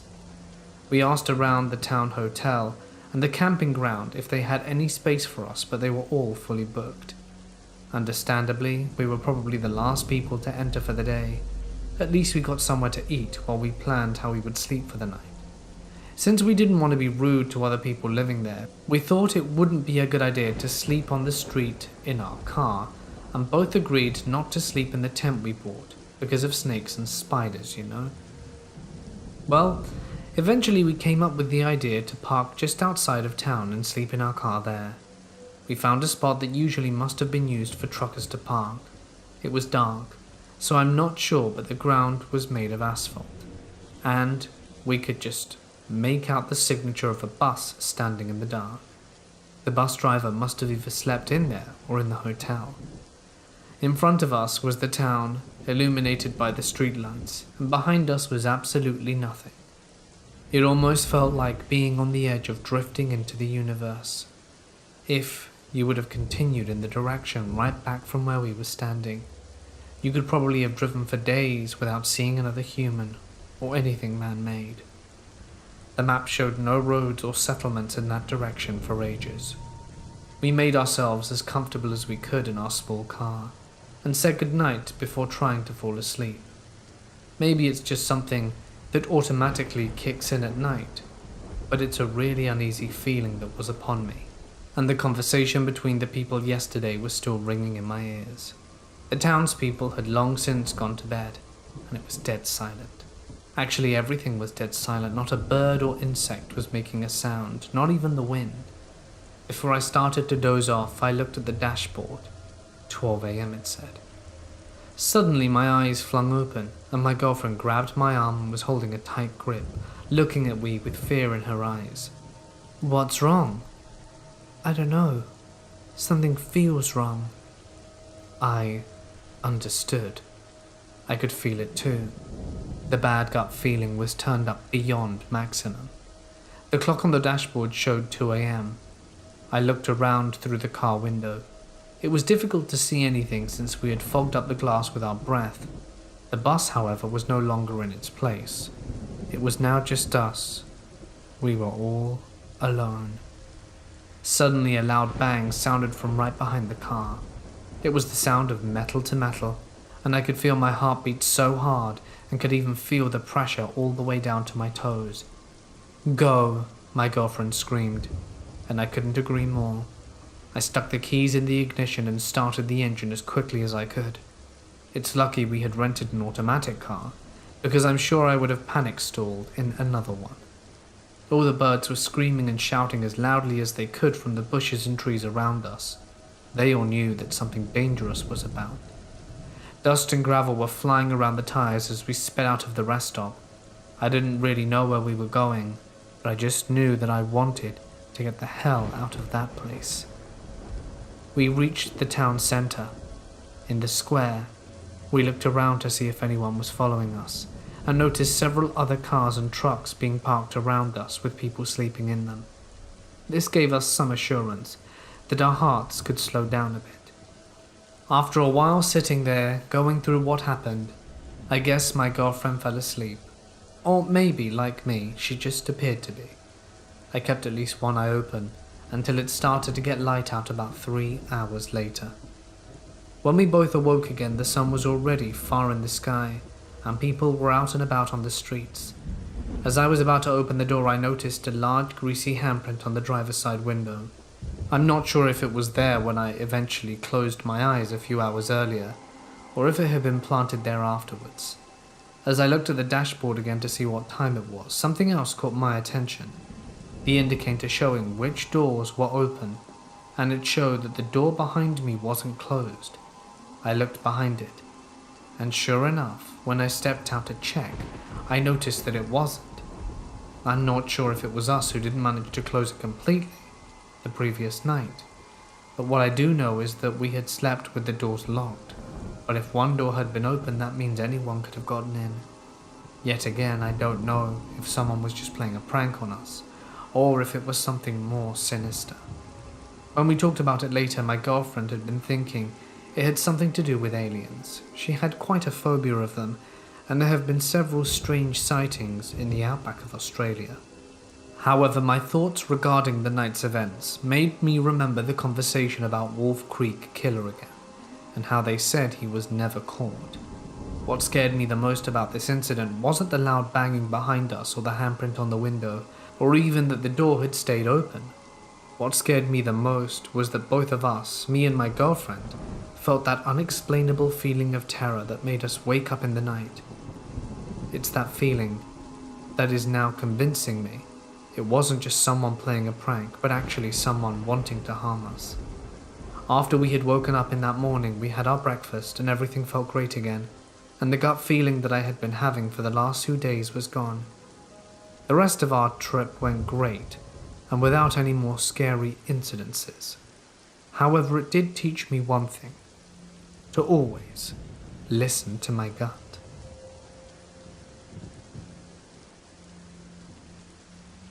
Once my husband and I went into a restaurant that was laid out in an L shape.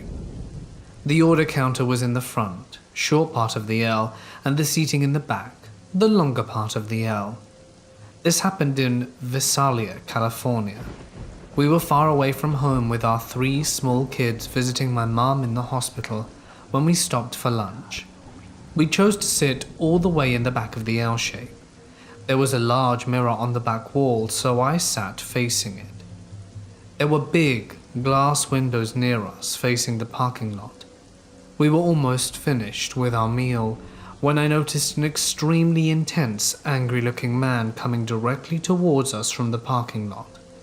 It was weird because there was no entrance close to our table. Right away I got a very nervous, sinking feeling, which I tried to hide from the kids. It was almost as if the creep knew we were there before he saw us. He stared right at us with an angry face and furrowed brows from the outside as he stalked towards the bend of the L shape where the entrance was. I elbowed my husband and quietly told him to be on alert. The man took a seat at the table behind us without ordering food. He sat there scowling directly at us. We could see him in the mirror. I got the feeling we were in his seat, Nervous freight waves refracted from my body as I tried to keep my cool. Hubby and I gathered the kids and herded them outside. They were all under ages 5 and below. The man stood up and followed us to the exit, then halfway through the parking lot. My husband whispered to me our only plan. If the man accosted us from behind, we would turn on our heels and ram him physically to knock him to the ground. I'd call 911 while my husband would sit on top of him, this nutcase. Thank heavens the angry man stopped and returned to his seat at the restaurant. Perhaps he feared someone else may take his seat. We set a new world record that day for strapping 3 kids in car seats and screeching away down the street. My name is Gary, and this happened to me in my senior year of high school. I live in West Tennessee and we usually get 2 or 3 snow days a year. The area isn't used to much snow, so normally a small amount could get us out for the day. This particular day should have been a snow day, but for whatever reason the school decides the roads were safe enough to drive on, even though some patches of the road had ice on them. We were all annoyed but went to school anyway.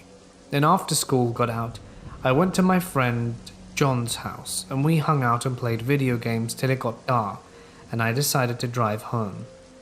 Mind you, the roads had gotten a little better but some ice was still there. It's about a 15-minute drive from John's house to mine, but I was trying to be extra careful not to hit any ice, so it was going to take a little longer than usual.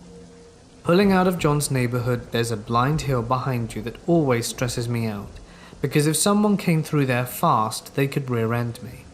The road isn't very busy, so it's never been a big deal, but this time a car comes over the hill right as I pull out, and they had to slam on the brakes because I pulled out in front of them. In my defense, they were going way too fast, but I still felt bad about it. They laid on the horn and were clearly angry at me, and I gave a small apology wave and went on my way with them still behind me. 10 minutes later, they're still behind me and tailgating me with their brights on, making it harder for me to see. I was getting nervous because they were clearly very angry, and I realized by this point that they were following me. I didn't know what to do, and definitely didn't want to lead them to my house, so I started taking random turns trying to lose them, but they were right on me the whole time. Eventually I started driving faster, so that maybe I could get enough distance between us so that I could make a turn they wouldn't see. But that was a big mistake. In hindsight, I should have driven to the police station, but for whatever reason, I thought this was the best idea. Going a good deal over the speed limit, I find a turn and begin to slightly brake so I wouldn't turn full speed. But as I was beginning to turn, I hit a patch of black ice and my car slid off the road and into a small ditch. Crap.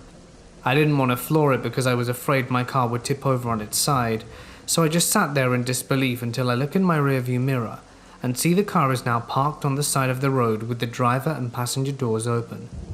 Before I knew it, my car door swings open, a man unbuckles my seatbelt and pulls me out the car. I really regret not locking my door because the man and his friends proceed to kick the crap out of me while I'm curled up in a ball and screaming for them to stop. They just keep cussing at me and kicking until they were safely satisfied and get in the car and drive off. At this point I was completely shaken and got back in my car and called for my mum. She told me to call the police and that she was on her way to collect me. The police arrived, but I didn't have much to tell them other than 2 guys in a sedan followed me from that neighborhood and beat me up.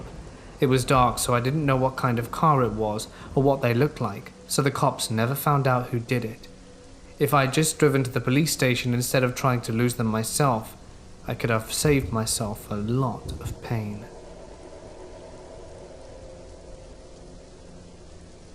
I've had a few paranormal incidents myself. Something touching me just a few weeks ago, something saying my partner and my name in our ears one night was pretty disturbing. However, the freakiest thing I've heard is from my mother. When she was younger, she lived with her best friend in a 2-story house that was sectioned off into 2 living spaces. They lived upstairs and an old lady lived down. They said that from the beginning everything just felt off. Anyway, their key cards kept going missing every few weeks. They would get new ones and the same thing would happen again. They said every night at around 1 a.m., if they looked out the windows into the backyard, there would be a man in all black with this huge, wide-brimmed hat on. He would just stand there and stare up at them and then vanish. After 6 months, they both decided to move out. They went back to make sure they had all of their stuff and opened one of the drawers, and there were all of the lost cards. That night, someone broke into their house and robbed and killed the old lady. My mum thinks the ghost of whatever it was trying to get them out of there just in time.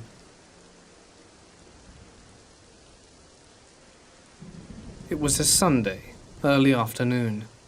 The family had gone to church, and I stayed at home as I'm an agnostic and hate church. I was sitting in my bedroom fiddling with something. I can't recall what I was doing exactly when out of the corner of my eye I saw a creature. That's the best thing I can describe it. It looked like a small demon.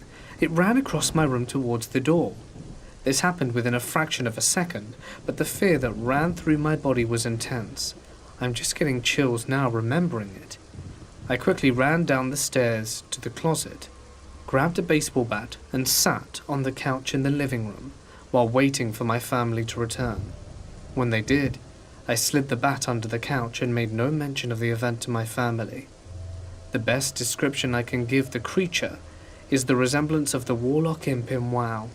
Very small, very fast. Bear in mind this was several years before WoW even existed.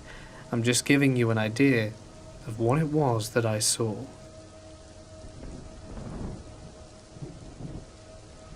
I'm currently reading through all of my old diaries from ages 11 to 22. I came across a night in question in the middle of an entry. When I was 12, my mum couldn't find a sitter for a late night meeting, so I had to go along with her, with my younger brother and a friend, Mac. We had to keep to ourselves. It was in a church at night. Naturally, a cemetery in the back was where we decided to play. My entry goes that we were in the cemetery in the dark. I screamed and hid behind a gravestone to scare them. My brother taught us a ritual to bring out spirits. You stand on a gravestone, say, "May rise" 10 times, and I stood on about 6 different stones and did them. Then I was standing on one, and Mac and my brother were facing me. Mac saw something walk towards them and then run. I saw a black something that was hunched over going behind a tree. My brother saw it too. Then we were up near the church, and I was able to stare at one right next to the tree. I stared for a while. It was moving its head a lot. Then it waved at me. Even Mac saw it too. Mac then said run. But I was left standing on the stone facing my brother, Mac and the church, and a wooded area to the right. Mac said that he saw a tall robed person standing behind a stone after at the back of the cemetery.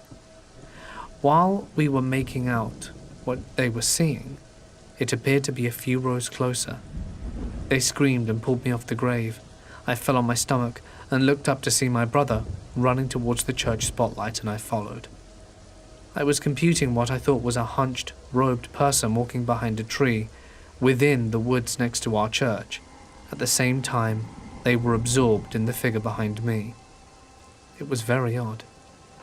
I also want to point out that I completely forgot about the part where we stood under the light and stared at one next to the tree. All 3 of us stood there in silence for at least a few minutes, and I remember watching its head rotate around the shoulders like a pinwheel so fast it became blurry.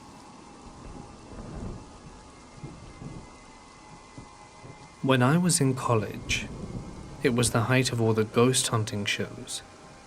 I was always really interested in the possibility of it all since I was a kid. I didn't know if I believed in it or not. I just liked the idea of investigating it all. So I began doing research. I read books, watched documentaries, and studied different techniques. The more and more I learned, the more I realized that going into a situation looking for ghosts or spirits will completely ruin an investigation. What tends to happen with this mentality is that your brain starts finding things that aren't there.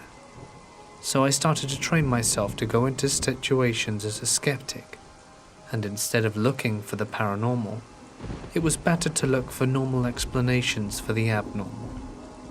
While doing this, I've met people from all walks of life who also adopted this method. We eventually made a club in our university that actually became the most active and sought-after club to be a part of. We were invited to houses, businesses, and historic parks, Gettysburg namely, to see what explanations and evidence we could find. We would hand-pick teams for special investigations if we considered them serious. We did this because the club was open enrollment, and while we could take days to have fresher courses or do and don'ts during investigations, there would still be people looking to find ghosts. Out of all the investigations we did, we had 3 places we went to that we could not explain what we had captured on video and sound. One was a theatre in our home city. The entire night we caught nothing and thought it was a bust. Even going through evidence, which we would do 3 times, provided almost nothing. Until a co-investigator's mother walked through the room where we were watching a tape of the entire theatre and said, "Who the hell's up there?" We made her show us. In the balcony seats, which were locked that night, and we were not allowed up there because of the antiques in it, there was a lamp lit behind a window curtain. You could see a figure move in front of the light of the lamp to almost block it completely. Similarly, as if you were to put a white sheet in front of a light to deaden the intensity of it. And then you could see something pull back the curtain a little bit, as if it were peeking out. The whole thing lasted about 15 seconds. We checked our records of where each group was at the time, and asked each person if they had been in the balcony. All responded no. We then asked our guide, who would unlock and lock the sections where we were investigating, to which she responds that she did not have a key to the balcony because of what was inside them. Regardless, she was with my group at the time of the event, and every other person at the investigation was accounted for, because we were able to match up timestamps from their recordings. The second is Gettysburg. There were 3 instances at Gettysburg that were unexplainable. This evidence has been lost because we did this investigation close to 7 years ago, when we were less organized. The first was a picture, one of the best I've seen. There were actually 3 pictures that ran together. The first 2 being just fog that seemed to have a blue hue to it, and the last one sending chills down my spine, because it was a clear as day man, lying on a rock at Devil's Den, looking at Little Round Top from the bottom, dressed in full Confederate garb.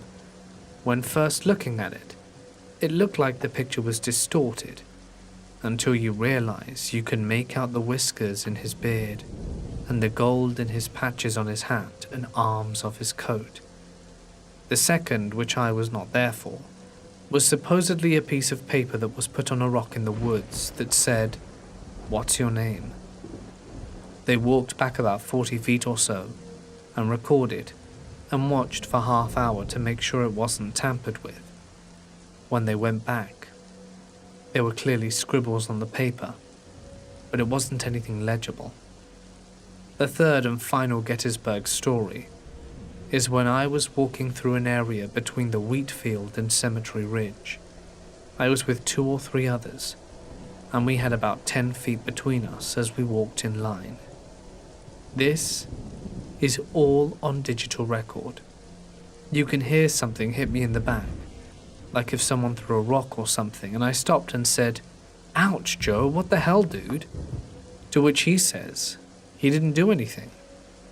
At the time this happened, we were all stopped, and throughout the recording you can hear us all go silent, and in the distance hear a drum play a few beats. We didn't hear this at the time. We were stopped until we listened to the recording later, but Joe was mentioned previously as a drummer, and went white when he heard it. He listened a few more times before telling us it was a halt from a drum line. The third one is very lengthy, and I feel like I want to save it for another day. I do not currently do these investigations, and I'll be the first one in the room to be a skeptic with any paranormal claim, but there were a few times that I was stumped. I'm not saying I know if ghosts exist or not. I don't have that answer. I can, however, say that there are things in this world we do not understand. Throughout the years we did the club in the university, we became highly recognized, having been given awards from the school for what we have done in our investigations, tactics, and also community and charitable work. Doing investigations are absolutely not what you see on TV. They are much more boring, and you seldom have anything happen. But it's a labor of love. It's hard to explain, because once you find that one piece of footage you can't explain, you want more. I know I'll get backlash from these claims. I always do when I post my experiences, but I promise on my parents' lives that what I say I did indeed happen. I have not tried to emphasize any of it, and I have told these stories as they happened. Let me take you back 10 years or so. It's 2 in the morning, not a breath of sound, and I sit at the dinner table under a single light bulb eating frosted flakes. I'm the only soul in the entire house. The family is gone, and the doors are all locked. I feel tired, but the cereal is delicious. When suddenly the light bulb flickers. Weird. That doesn't usually happen. Okay, back on, no problem. At least I can finish. That's when, not 4 feet away, the back door opens. Several things happened at that precise moment, and if you were able to capture it in slow motion, it would have looked like this. Milk and cereal splashing and scattering across the table. A spoon clinks on the floor. I have discovered the secret to human flight, and my body floats effortlessly 4 feet off the ground. My chair tumbles backward beneath me, but I give no heed. My mouth is open in horror, unable to make a noise. My eyes are locked on the door. The door! It swings open to the fullest amount, but all I see is this blackness outside. When my feet touch the ground, I sprint several feet backwards and catch my breath. The door frame is still empty. Nothing appears to have moved. I don't feel any wind and I can't hear anything. What the hell? After I gather my courage, I investigate. The door handle is locked, but it must not have clicked completely when it was shut. I figure the house must have had some pressure change somewhere. And, I don't know, suction did it. Yeah, that must be it. And the light bulb? It died, I think, a few days after. So, here's me hoping it was just random chance. I hope.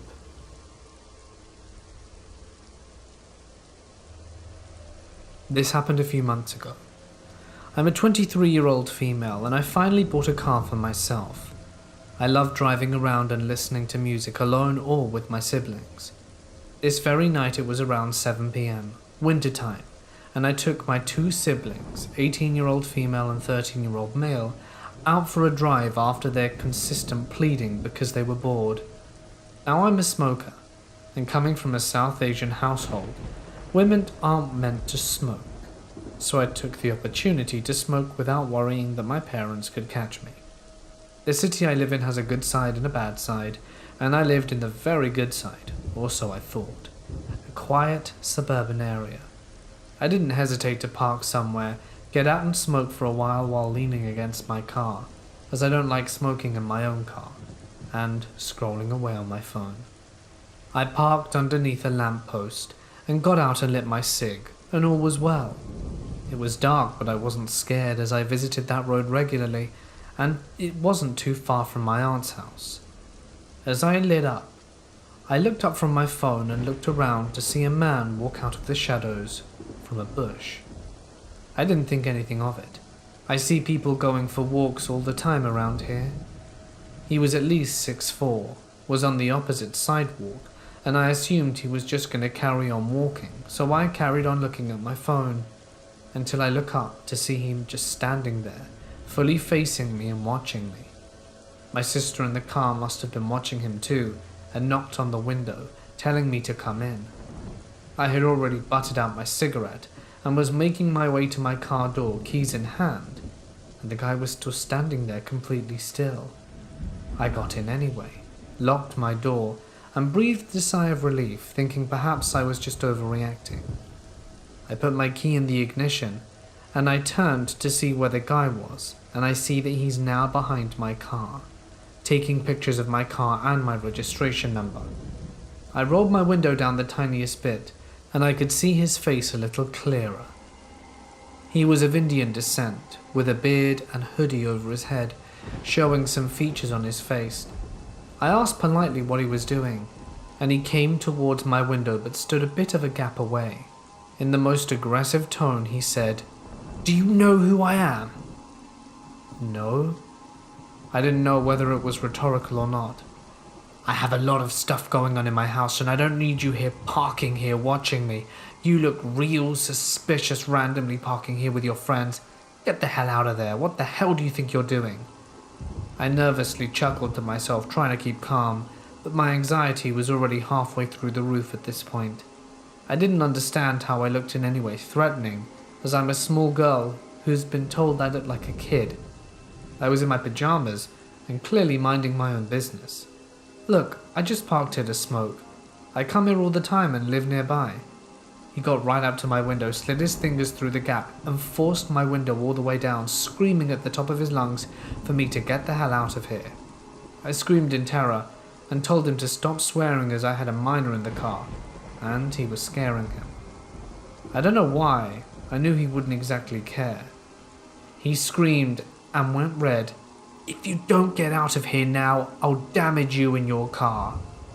My adrenaline was already hitting peak, so I was terrified, didn't even bother putting my seatbelt on, and jolted out of there in a panic. I went straight ahead at a junction leading me to a dead end, but I took that opportunity to just calm down. My whole body was shaking with adrenaline. I couldn't even keep my foot on the clutch. My sister was quickly asking me if I was okay. Before I could even answer, I see a pair of headlights zooming towards me. It was the guy going at least 50 miles an hour on a 20 miles per hour road. He nearly crashed into my car, but by some miracle he didn't. He jumped out the car, and this is when I realized my window was still all the way down from when he forced it down. I wanted to cry, and I quickly tried to shut my window, but he was too fast. He half threw his body into my car, through my window, and I screamed so loudly, with his ear right next to my face, I'm sure I deafened him. He was trying to steal my car keys from the ignition. I thanked my lucky stars that with my car, in order to get the car keys out, I would have had to have had my foot on the clutch, which I didn't. With one hand, I was pressing down on the horn of my car to make as much noise as possible to alert the people in their houses, and with the other, scratched his hands away from my car keys, and my poor siblings were in the car bawling their eyes out. My little brother had no idea what he could do to protect me, and my sister was in the passenger seat experiencing all of this in front of her eyes. I hurt the guy enough for him to get out of my damn car. "I told you to get out of here or I'll hurt you. I told you." The guy attempted to pull up my door handle, trying to open it and get in, and then I noped out of there. I didn't care that my body was half shaking like a fish out of water. My main priority was now the safety of my siblings and myself. I knew that we were making a loud commotion. I held onto the horn of my car, trying to get the attention from other houses, but nobody helped. It was 7 p.m, and I was certain that people would hear me screaming, but they all acted oblivious. I managed to wriggle my way out of that dead end and went to a new street, and to a totally different area and parked.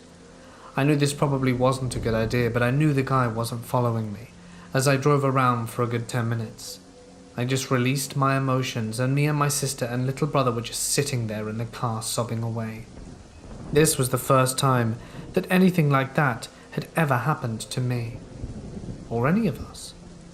I rang the police and immediately wanted to punch myself in the face when the dispatcher asked if I got his registration. Of course, in my panic, I didn't.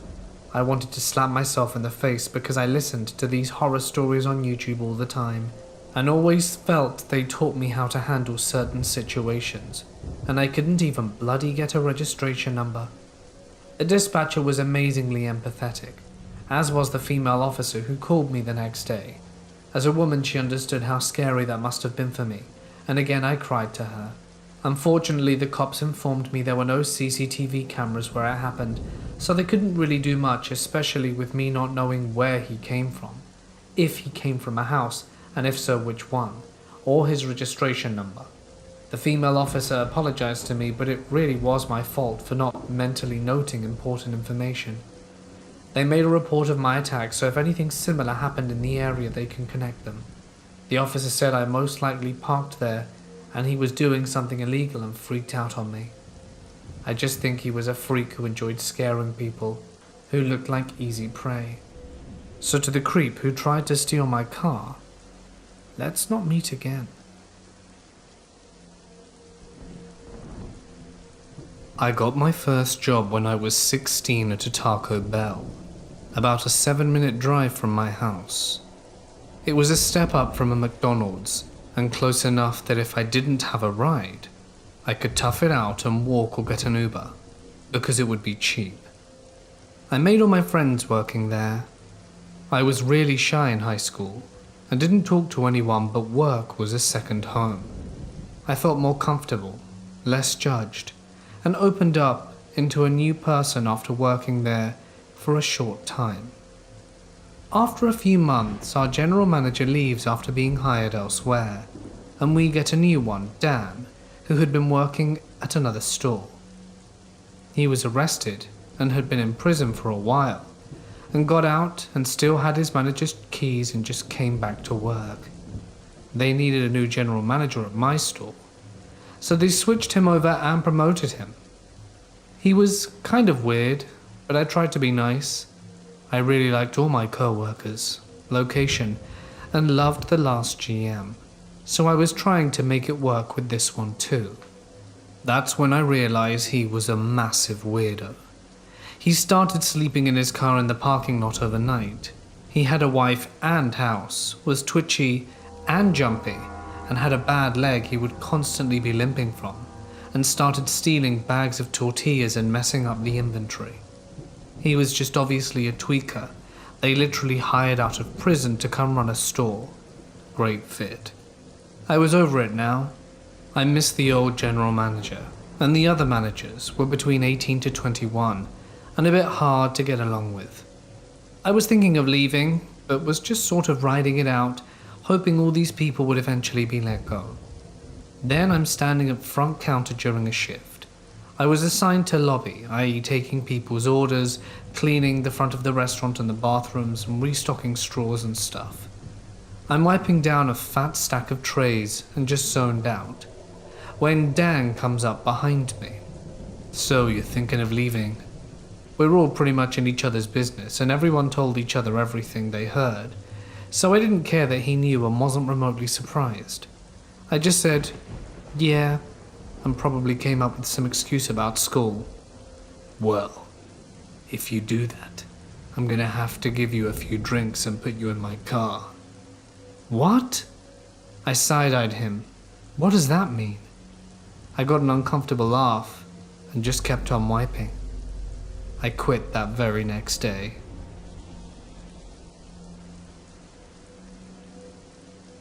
When I was a kid, we moved into an old, small house for rent. We were dirt poor that time. Right beside the house is a closed space. Like it was empty, but for some reason, it was all boarded up with scrap and plywood and you couldn't see what was inside.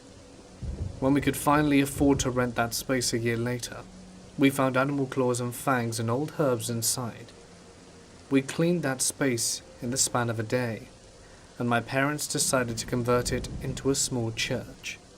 Guitars and drum sets were donated to us by kind strangers, and my mum was pumped up to invite all the neighborhood kids the next day. But that night, while saying grace for the meal, I remember my dad praying, "God, cleanse this place from evil spirits." And we all heard a loud shriek/growl followed by a crashing noise. My mum was seated where she had a view of the door to the place. I saw her just standing at something in that direction, while Dad finished his prayer. Then we all went outside to check it out. Well, the drums were scattered on the ground like they were carried and thrown down. All the windows and doors were locked, so no wind, no animal could have done that, if even they were strong enough to push over such a heavy drum set. I remember because I triple-checked all the locks on the windows, trying to act tough around my dad.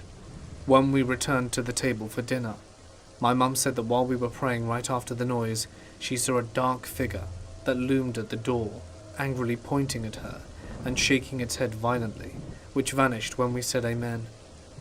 I slept beside my parents that night. Do doppelgangers count as ghosts? Because my wife's friend used to tell her that she always used to see her doppelganger in their dormitory back in college. My wife says that when they do, it's always a stressful time in her life. Like she'd be in class worrying about exams, but her roommate would see her walking out of the CR in their room and then lie down. Then she's gone when her roommate tries to talk to her. One night we drove out to a friend's backyard wedding, but we were fighting. It was a point where we both wanted out, tired of constantly arguing. It was ironic, attending a wedding like that. I parked in a well-lit spot, empty seat, and walked away to catch a bit of air. I looked back and saw her outside the car, then walking in the opposite direction towards our friend's house. I looked away, pissed, then walked back to the car to drive away and leave her behind. The doors were locked. I peered inside and she wasn't there. The keys weren't there either. I started to run after her, but suddenly the car opened and she called out to me. I was confused, asking her how she did that. She said she was also puzzled, why I was circling and peering inside the car as if I were looking for something. I saw you walk away, and I wanted to get in. Idiot, I was in the car the whole time watching you. We just sat in the car in disbelief, and she told me it must have been a doppelganger, but I don't know how that works.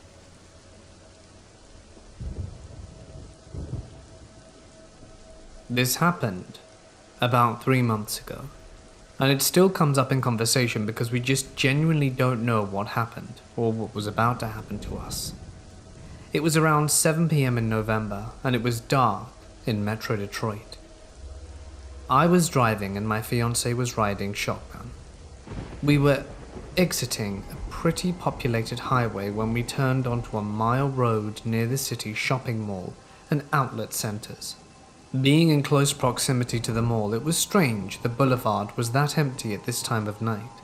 So we're driving on the deserted westbound side of the boulevard when we noticed there was a stopped and running vehicle in the middle lane. Again, it was dark aside from the streetlights that lined the road every 80 yards or so, but their brake lights were obviously lit, and we were approaching quick. My fiancé and I were talking in the car at the time when we both kind of stopped to verbally question what we were both seeing.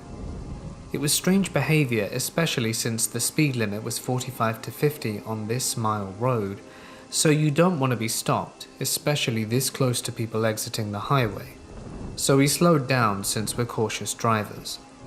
We approached and passed the vehicle on the far left lane as it was in the middle, and when we were about a car length away from it, the driver gunned it and started speeding to catch us up.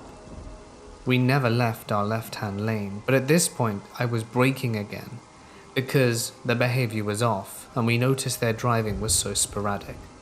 Braking was almost instinctual, as much as it probably wasn't safe to do so. Continuing to drive down this mile road with still no traffic we can see in either direction, we noticed the driver was swerving their car between the middle lane and the left lane, as if trying to intentionally sideswipe us. Instant red flag. It wasn't like the driver was intoxicated or texting and just doing a poor job at staying in their lane. This was a driver in control of their swerving and coming dangerously close to hitting the side of my Jeep, going 45 miles an hour. Bad vibes. Before we knew it, we were blinded by a spotlight coming from the driver's window into my car via the passenger window.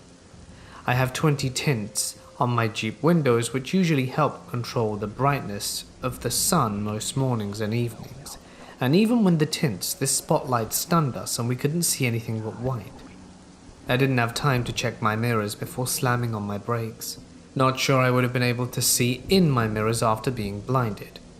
I remember my fiancé screaming, "What the hell?" And we opened our eyes, and the driver was yards ahead of us, speeding to get away. My fiancé dialed 911 immediately. I don't take crap, so I started racing down the road to catch him up for a license plate number. In Michigan, we have Michigan left turn lanes, and I could see the vehicle up ahead turning into one to enter the mall parking lot, which is a huge roundabout. The roundabout speed limit is about 25 miles an hour, with frequent stop signs and intersections. My fiancé connected with dispatch on the phone as I was trying desperately to catch up to this vehicle. They were blowing red lights and stop signs in sight. Dispatch recommended we don't follow, but I kind of did anyway because I was really upset and committed to grabbing their plate number, but from a safe distance and at a safe speed. No way was I going to tail this person when I didn't know if they had a weapon or something. Long story short, this driver knew we were following them, and they were speeding through the roundabout, cutting drivers off and blowing intersections when we lost sight of them. At this point, the police said there were cops in the area that were already on their way looking for the vehicle we described, and that we should leave it to them. We weren't going to jeopardize our safety and the safety of other drivers just because I was angry.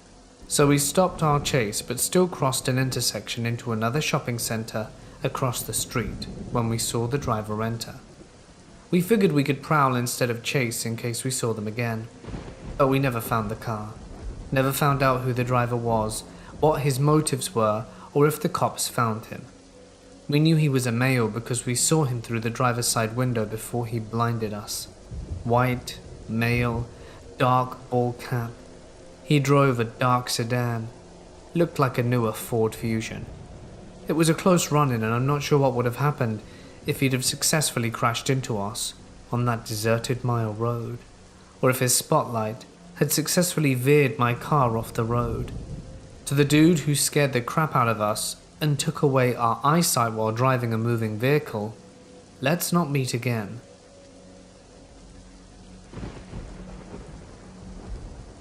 I'm not sure if my mother's house is haunted. Nothing strange ever happened there except for one time. I was woken up in the middle of the night by what I thought was my little sister. No one had said anything or touched me in any way to wake me up, but there's that distinct feeling you get when you know there's someone there staring at you. You can feel their presence. Well, that is what woke me up. The presence of a little girl. It was pitch black, so I couldn't see a thing, but I could feel someone there, and it felt like it could be my little sister. But whoever was there was angry. The malevolent presence of a young girl. I asked quietly, "Maddie, what are you doing here?" I got no response, but felt that angry presence. I told myself I was imagining things, but I was paralyzed with fear by this point. It was very, very angry, and it felt pretty hefty. After a few minutes, I convinced myself that it had to be my younger sister, who was absolutely furious with me or perhaps sleepwalking, and I was working myself into a fit for no reason. Then, suddenly, I was struck in the crotch. Not too hard. I turned on the light, only to find no one was standing there, and the door was shut quite tightly. Utterly confused, I went to check on my mother and my sister. They were both sound asleep. I did not go back to sleep that night. That's the only strange thing that ever happened. I don't know if it was a ghost. It could have easily been my mind playing tricks on me, even making me believe I got punched, I suppose. But it always felt like a paranormal entity to me. When I was 13, I woke up one night to the sound of children laughing out my window. I had an 11-year-old brother who had friends next door, so I thought nothing of it. It happened a couple of nights in a row, and so I told my little brother to knock it off, or I'd go all big brother on him and noogie him or something. He gave me poker face and said he could hear them too, but I figured he was being a dork. That night I heard it again. I got up and opened the window to yell at him and his friends, and all I saw out of my window was the darkest, blackest silhouette I've ever seen. There were 4 or 5 of them, about the size of a toddler. As soon as I screamed, they vanished. Dad went outside to see if he could see anything. Of course he didn't. I heard them twice since then. The first time I bailed and slept in the living room. The second time I got balls enough to look outside again, and they were there. I went all 70s horror movie preacher and held up a Bible and screamed, "In the name of the Father and the Son, I command you to leave and never return." And they never did. I'm guessing it's because they were too busy laughing at me somewhere else.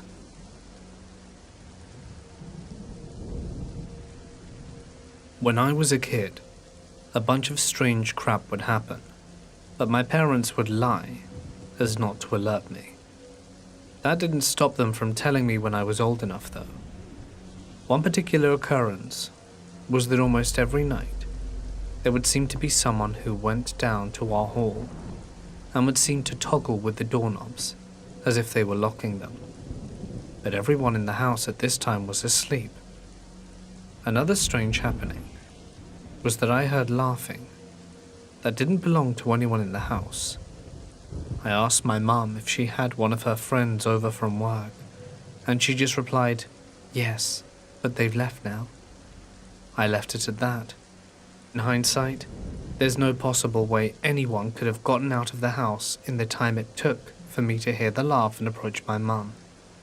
Lastly, there was a very strange event that happened to my sister that she swears by. It was outside, sunny, about 10, and she thinks to herself, Mum and Dad are going to be late to work. So she goes to wake them up, only to find a disgruntled couple saying it's the middle of the night.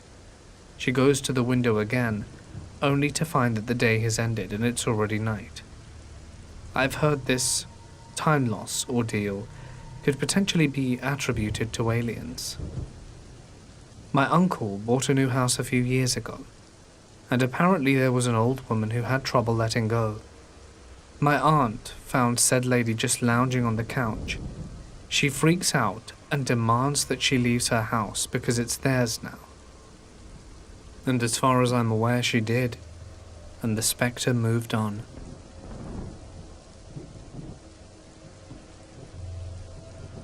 This happened a few years ago when I was bartending in college.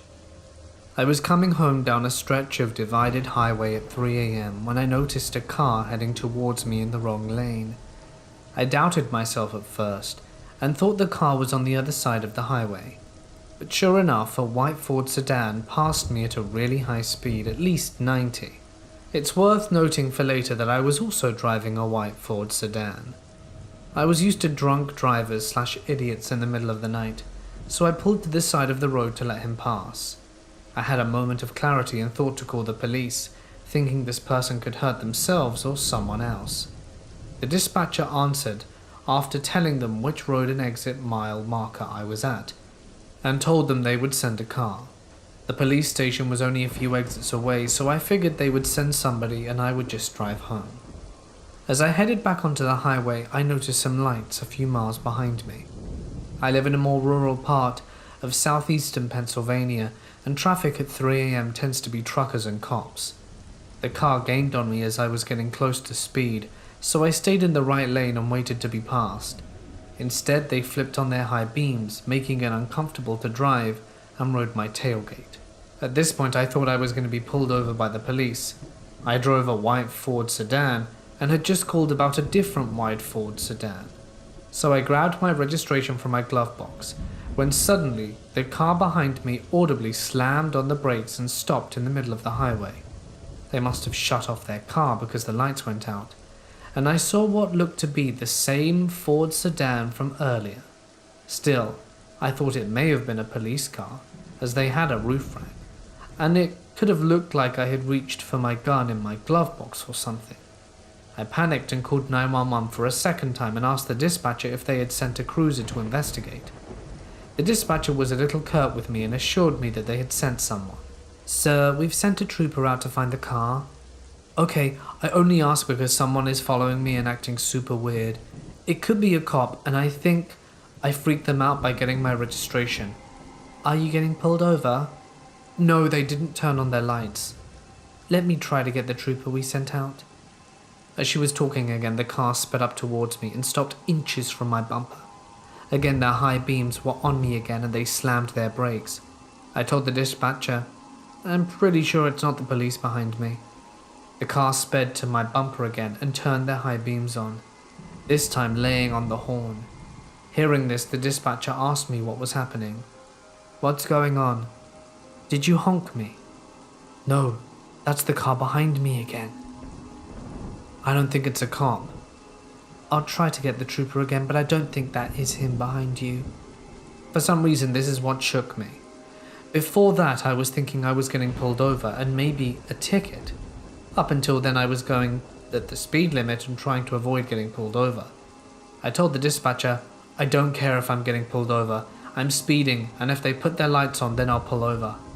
I started to accelerate, and the person behind me kept up with me. The speed limit was 55, and they kept on my bumper the entire time. At this time, they were swerving. I tried to signal for an exit and bail out, and they followed. At the next exit, I took the off-ramp and continued onto the on-ramp, and the car behind me followed the whole time. I thought I was about to go to Wawa, a convenience store / gas station that's pretty much the only populated place in southeastern Pennsylvania at 3 a.m. But the dispatcher thought it would be unsafe. She was calm and talking to another person, trying to send the police to me. The other person, maybe a supervisor, asked if I could drive to the police station. Realizing that I was one exit away, I told her I was going there, and said that she would have the troopers meet me outside. As I pulled off the exit, the car followed me. I blew a few red lights trying to get to the police station, and the car tried to pull into the other lane to pass me or pull up alongside me. Once the police station was in view, I put on my turn signal and the car slammed on its brakes again, turned off their lights and turned into the parking lot. The story kind of ends anticlimactically, as I pulled into the police station and met the troopers. 2 of them went out to find the car and I stayed with the 3rd. I thanked the dispatcher and her supervisor, and the straight trooper escorted me home after taking a statement from me. I was never called to follow or testify, so I can only assume the person didn't get caught.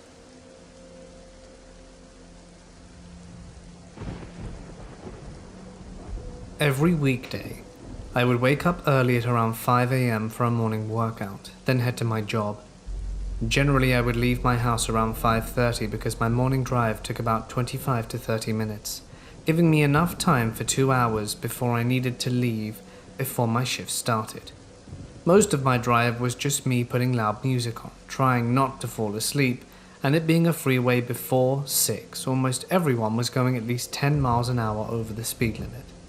I'll drive most of the time on a main interstate before turning off onto a smaller highway, which I would only use for a mile or so. This highway was 3 lanes on each side. People also drive fast on here, but usually not more than 75 miles an hour or so. And while you get some unsafe drivers in the morning, most people aren't swerving erratically.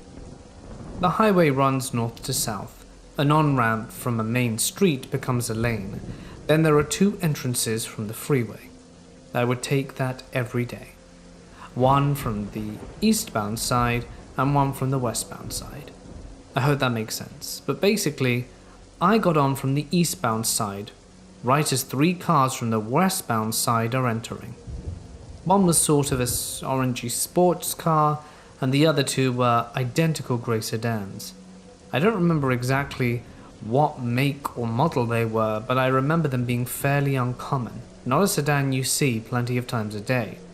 The orange car was sandwiched in between the 2. These guys were going at least 80. The orange car would change lanes, and the car in front would cut him off, while the other behind would change lanes to remain behind. They kept this up the entire time I was on the highway near them, weaving in and out of cars, not slowing down before I pulled off at my exit. This could be a complete coincidence and some horrible drivers, but I definitely got the vibe that the driver of the orange car was trying to get away from the grey ones. Maybe it was extreme road rage, or maybe something more sinister. Regardless, grey car drivers, let's not meet.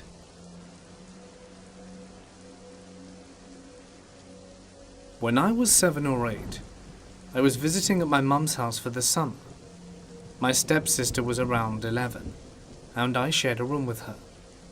To set the scene a bit, we had 2 doors into our room, one that leaned into the doorway off its hinges to a hallway, and the other was so low it had to be dug into the ground. We each had a twin bed with a window between us, a vanity near the scraping door, and a closet to the right of the leaning door. I had been asleep for a bit when my stepsister wakes me up calling my name, telling me to get over to her bed. I grudgingly get to her bed, and she says she saw a black figure at the foot of my bed. I didn't see anything, but after a bit of looking and hiding under the blanket, we look over to the vanity where we had placed a set of glowing stars in the shape of a smiley face. It went from all glowing to exactly half glowing.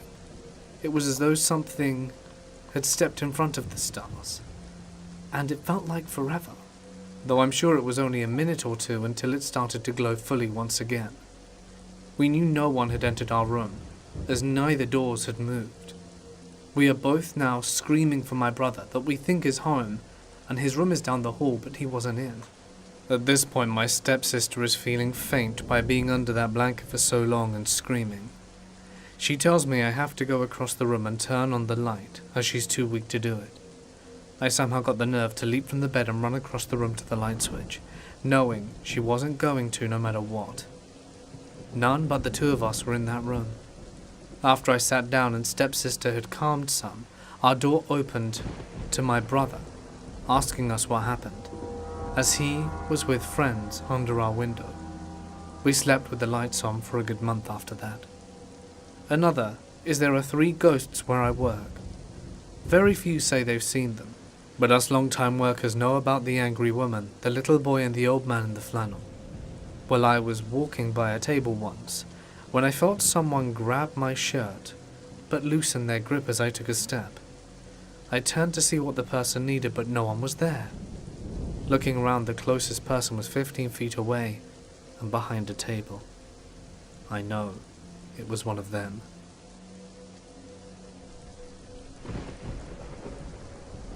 I was at my grandma's house in Mexico. There's a demon my mum calls La Anima, which translates to a soul.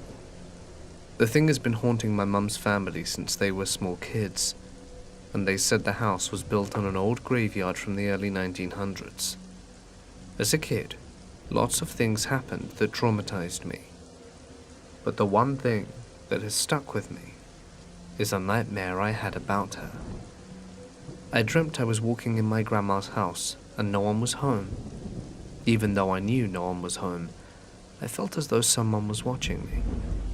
As I get to the backyard, I see La Anima, who's dressed in all black, but as I approach her, I can see her face.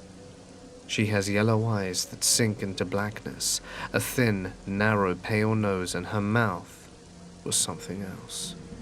Her teeth were razor sharp and her gums were bleeding. As she came closer, I knelt down and started praying with a rosary in hand. She starts to cackle, and it gets louder and louder, and at this point in my dream, I know I'm dreaming, and I try to focus on praying, but I can't. She finally reaches me, kneels down in front of me, and continues to laugh. I stop praying. I look up at her, and she straight up says, "That's not going to help you," and continued laughing. I looked down at the rosary. It was gone. So was she. Fast forward to a few years later.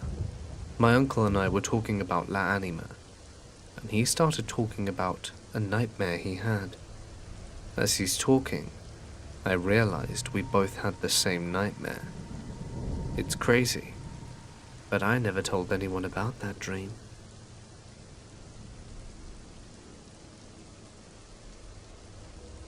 I have an identical twin sister and have experienced some strange stuff. Once, when she was flying from New Zealand to California, about an hour into the flight, she experienced the worst turbulence of her life. Food was flying everywhere. Passengers were scared, and the pilot even came on to say that he'd never encountered anything like it in his 20 years of flying. Now, as you can imagine, my sister was pretty freaked out and scared, especially since she had a long way to go before the flight was over. But fortunately, it only lasted about 10 minutes. I was on the East Coast at the time and woke up in the middle of the night out of a dead sleep feeling terribly frightened. I was so anxious that I just sat in my bed and just knew that something was wrong with my sister. I remember looking at the clock and wondering what would wake me. It was about 3 a.m. I felt hopeless and, interestingly enough, kind of nauseous. After 10 minutes, the feeling faded. I felt that my sis was fine and resumed sleep. Hours later, once her flight had landed, she called me to let me know that she was back in the States. I asked her how the flight was and asked if she had any turbulence. And she was like, yes, it was terrible. Food was flying, the attendants had to buckle up, everyone was just waiting to fall out the sky. I asked her what time it happened, and after doing the math with time zones, it was when I woke up to that feeling of being scared and sick. She told me that the plane was hitting bad turbulence. They tried going down in altitude, which made her stomach queasy. Lots of stuff like that happened with us, but that was the first time something woke me up in the middle of the night. Twin connections are strange. I was about 8 months pregnant, and my great-grandfather, who had raised me as his own, had just passed a week prior. I was having a hard time accepting that reality. One day I'm sitting at my kitchen table that faces down a long hallway into a bedroom, and I'm home alone. I glance up from my food, and down the hallway, standing in the hall, is a tall, skinny figure roughly my grandfather's build. I had to do a double take, because I couldn't believe what I had seen. I felt this overwhelming calmness come over me, and a peace I hadn't known since before my grandfather had passed. I get chills remembering it. But I knew it was my grandfather coming back to tell me it was okay to be sad, but that I needed to move on, because he was happy, and wanted me to be happy as well. I know he wanted me to know that, because the feeling, coupled with the thoughts, I'm happy, why aren't you, popped right into my head. I've had several encounters with spirits since, but that was the time that I really accepted I have gifts I've been ignoring my entire life up until that point. And it helped me accept them. There was another time when I was babysitting my nephew, just him. I was alone, laying on the couch watching a movie which faced directly into the kitchen doorway, where said hallway and room were directly off, and my nephew stops and goes, "Who is that?" I thought he meant on TV, and I told him the character, but he says, "No, who's the guy in the kitchen doorway?" And me at this point in my life was still very much in denial, and stared directly at the TV, refusing to look over, and said, "It's no one, don't worry." I tell him, "You leave him alone, and he will." And he did, and he says, "Okay, he's gone now." He said sorry. My nephew is 7. I'm pretty sure it's my gift and that it's running in the family. My daughter is also extremely sensitive to spirits and such. She's 9. That's a part of my life I hadn't talked with her about yet, so that she can organically come to me with it. And I was shaken.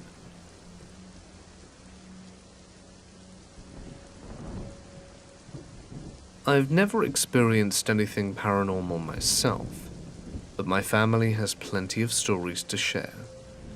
This one took place sometime during the mid-1950s. My grandma came from a very poor family in Mexico. Her house was more like a shack, with a dirt floor. Every morning my great-grandmother would send her 2 eldest daughters, my grandma is the 3rd born, to go to the woods to collect water from the river to bring back so the family could use it for washing, drinking, or cooking. The 2nd sister didn't tag along this particular morning, so it was up to the eldest sister to do the honor. The walk to the river was about 2 miles or so. She gets there and sees a long, black-haired girl playing with a stick, tapping it against the flowing water. The girl had her back to my grandma's sister. She didn't see too many people come to the area, so she tried striking up a conversation with the girl. The girl didn't answer her or even turn her back to acknowledge her. My grandma's sister shrugs it off and approaches the river to collect the water. When she got closer, the girl turns away slowly to face my grandma's sister, and my grandma's sister immediately sees that the girl has no face, just skin replacing the eyes, the nose and lips. She didn't really have a chin either, it was sort of just rounded off. Immediately my grandma's sister dropped the bucket and fled the scene, running the whole 2 miles, and she refused to ever do that chore again.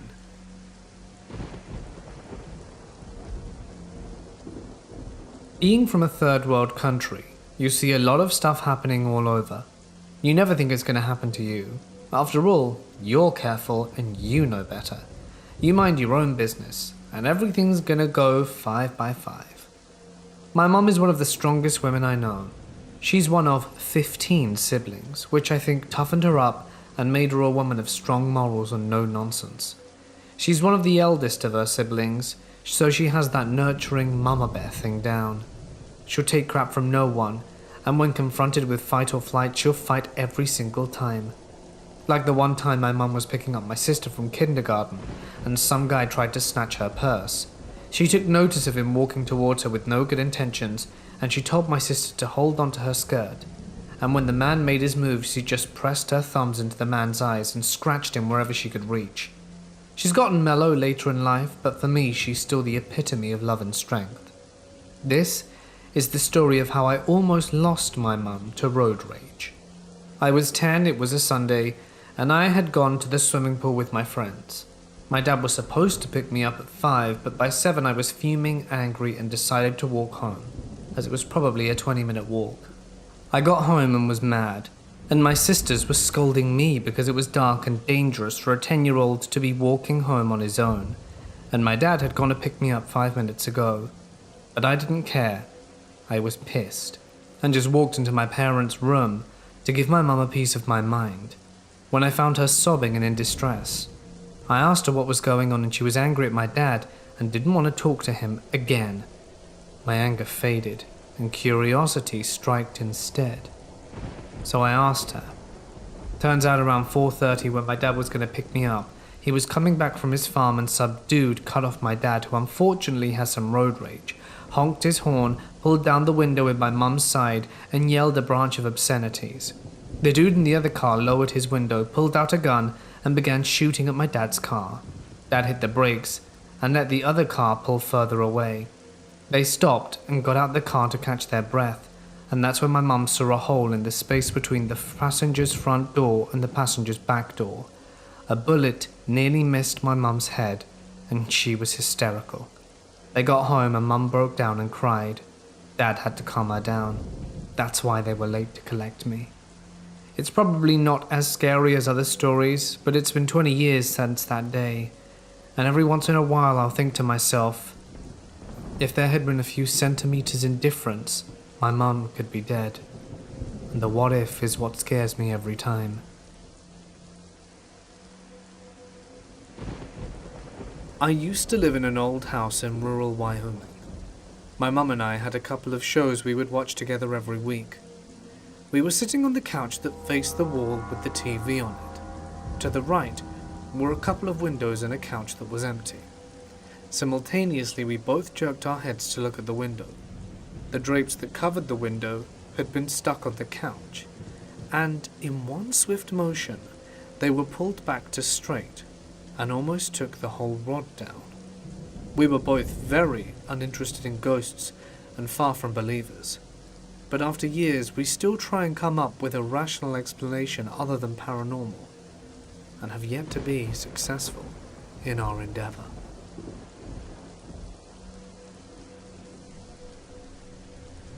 I served in the Oregon Eugene mission in the US from October 2015 to October 2017. My first area was on the coast in Bandon, a town where some Native Americans massacred some settlers, not to mention the town burning down. My mission companion, Jake, and I lived in a home that the church rented for us that was right next to the docks. In our study room, we had a sliding glass door that led to the backyard. On that same outside wall was the window that led to the garage. In the garage below that window was our washer and dryer. If you were in either the study with the sliding door or in the garage alone at night, you would hear someone knock 2 or 3 times quite fast. But when you would go to check, no one would be there. Many times one of us would be reading my scriptures and planning some lesson details, while the other was in the bathroom or kitchen. The tapping would happen, and the person who wasn't in the room would come in and ask if it was what we dubbed the glass tapper. When I got my new companion, Mike, about 6 weeks into my mission, I started hearing some weird things in the abandoned house, other than the glass tapper. We would come home to hear someone running around our apartment and oftentimes see our fridge shake for no reason, as if one peg were too short. One day, I had it and looked at the fridge and yelled, "Stop it!"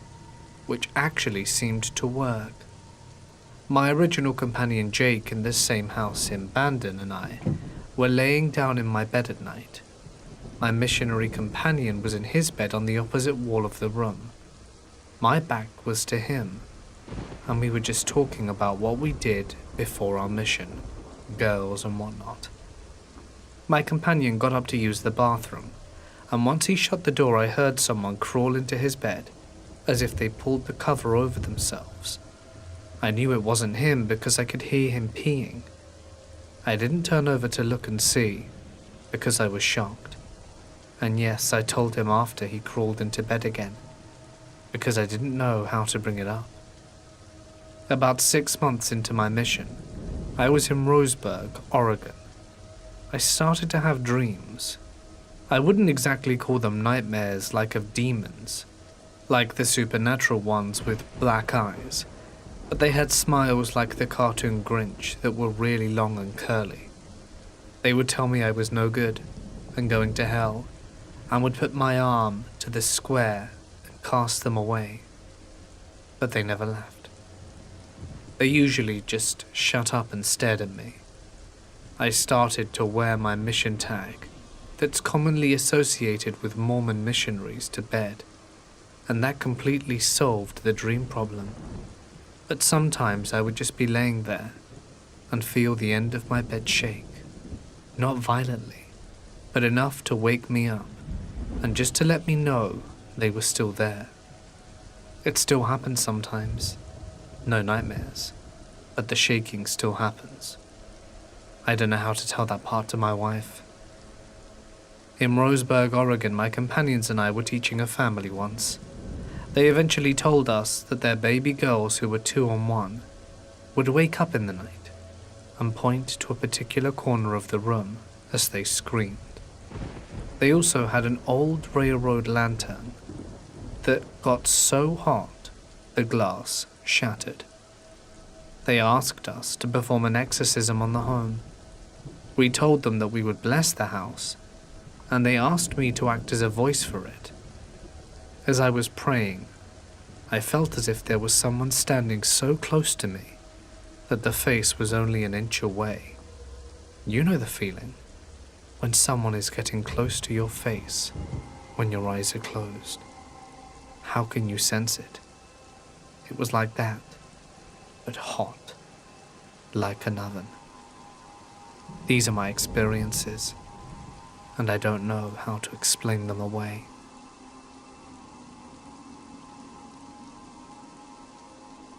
In the first year we moved to our new house, our nanny said that someone was copying my older sister. She said that she saw my older sister sitting by her bed, but that my sister was still in school, so it was a bit kind of creepy. Here's my experience though. I saw my younger sister walk into our parents' room, and I assumed that she was going in there to use their bathroom, and me being the funny one in the family decided that I would scare her. So I walked stealthily and got inside the bathroom, then screamed so that she would be frightened. but no one was there. The second time that I saw my younger sister's doppelganger was when I was on my phone minding my own business, when all of a sudden in the corner of my eye, I saw the head of my younger sister pop out behind my bedroom door to see what I was doing.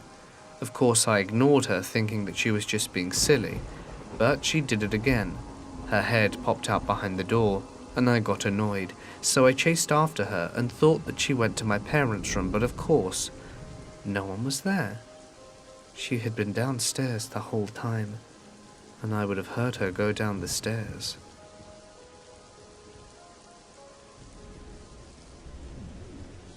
When I was 6 years old, we lived in the center of the set of 3 very similar houses.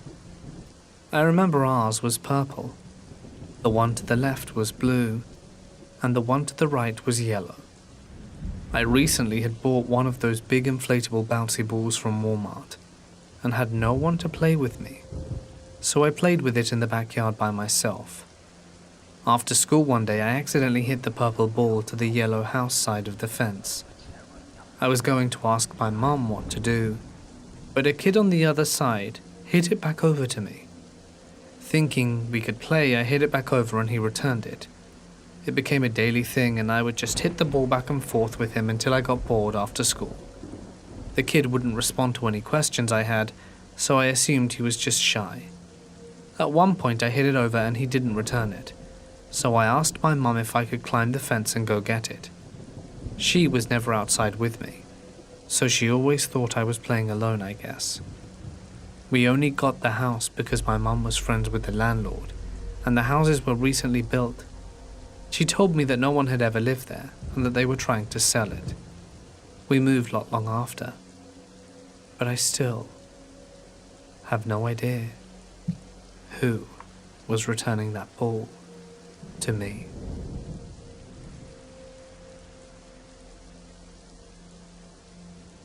I was in student housing at the time. I had a double room to myself in a shared apartment.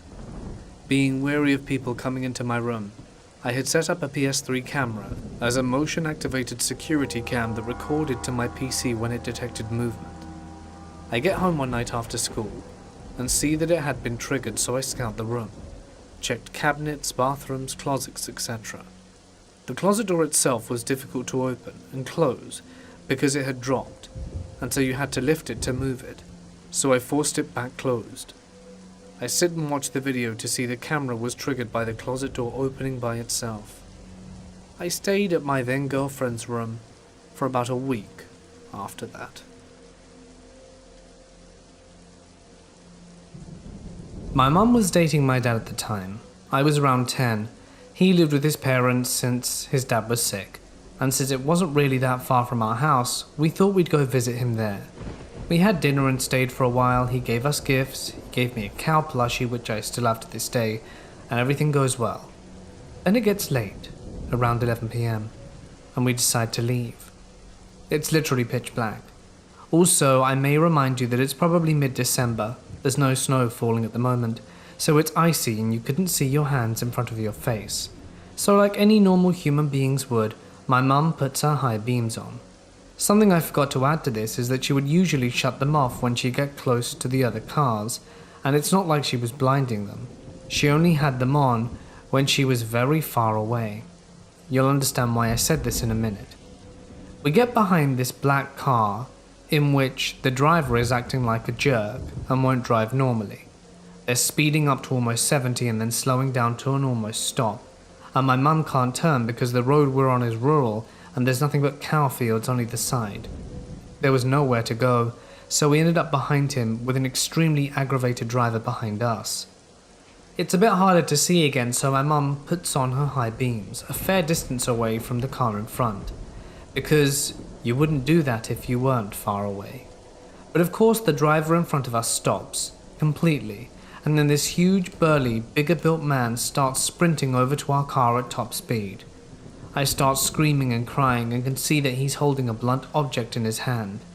My mum recoils as she fears the worst as she looks around, trying to figure out how she could escape. There's a car coming from the other way, so she can't turn around. His car is in front of us, so she can't hit the gas. There's only fenced-off fields around us, and he pounds on the window like the FBI and starts screaming and swearing. He starts threatening us, saying that he'd kill my mum if he ever caught her with our high beams on again. Of course I'm screaming and crying. I'm being a small, skinny 10-year-old girl, not knowing if me and my mum were about to get killed, and also knowing full well if she did, I wouldn't know what to do or how to get home, and I didn't have my dad's phone number memorized at the time, and I didn't exactly remember how to work my mum's phone, so I didn't even know how to call my dad to begin with. The man's body language was just off. I'm not sure if he was drunk or high, but it seemed that way. And he looked at me for a second, which scared me and my mum rightfully. My mum is also a very small lady, and our car wasn't very fast, so she wasn't sure what to do because neither fight or flight would work at this point. The blunt object in his hand turned out to be a huge flashlight, which he began to repeatedly hit the window with. He also started flashing the light in my mum's face to blind her. Ironic. My mum yelled at him to get lost as he hit the window harder, about to break it. Thankfully, the car behind us started to lay on the horn, and he got back into his car out of fear and sped off. My mum called out to my dad, who drove around almost all night to look for the guy but didn't find anything. I can't remember if we called the cops or not. I just remember crying into my pillow all night long.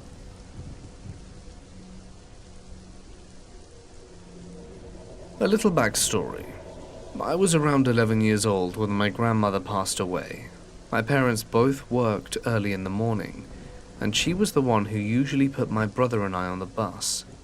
We lived in the country, and so the bus came to our houses. I don't know why my brother wasn't home with me this particular morning, but I was getting on the bus myself. Anyway, I had gotten up and dressed and everything by myself with no problems and nothing weird. We lived in a 2-story farmhouse that was over a century old, and creaking sounds in the house were nothing out of the ordinary. But when I went downstairs, it felt different. I heard what sounded like heavy footsteps walking up and down the hallway stairs. I was trying to watch for the bus and figure out who else was home, when suddenly the footsteps started at the far end of the house and ran down the hall all the way to the stairwell, where a male voice called my name. It was familiar, but not anyone in my family. So I went to the foot of the stairs and walked about halfway up and turned to look at the top of the stairs, afraid of what I would see. And there was no one there, but the sound of footsteps running back up the hall, and the feeling that someone had just been standing there was enough for me to run outside and wait for the bus out there. I have plenty of other stories growing up in a mildly haunted house, but this was the only time that it ever spoke to me. The grandmother I referenced previously got a kitten when I was young, probably 5 or so. She was white with bright blue eyes and a black spot at the base of her tail. They called her Princess, and I loved her.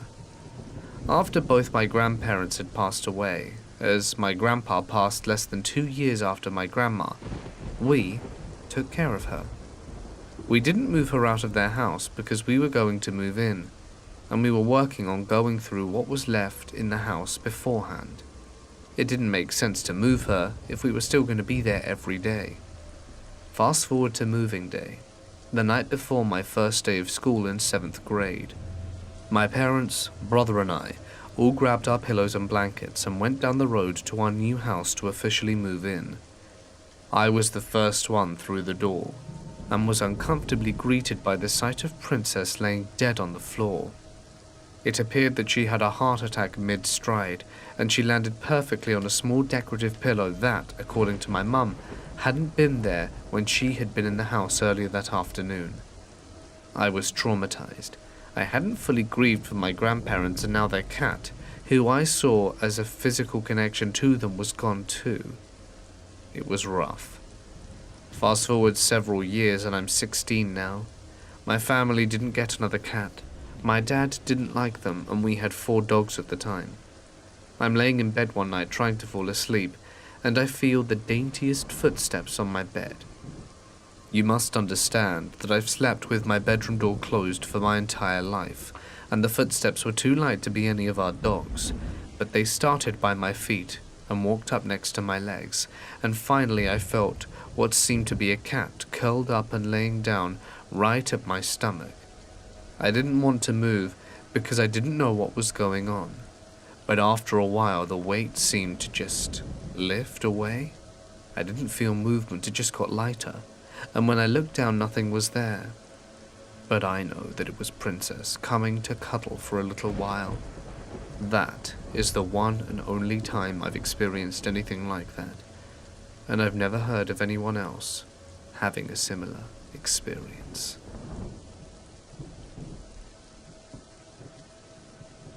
I'm 30 years old now, but want to share with you a true story that my dad told me when I was around 10, and has stuck with me till this day. I am originally from Romania. I want you to know where I'm from because a lot of you probably haven't have heard of it, or if you do, know it from Dracula. One thing you need to know in order to understand the impact that the story had on me was that we are a country where the majority have a strong belief in God and evil, angels and demons. My dad is, well, something similar to a Catholic. He sings in church. He's not a priest. Back home we have a priest and a singer.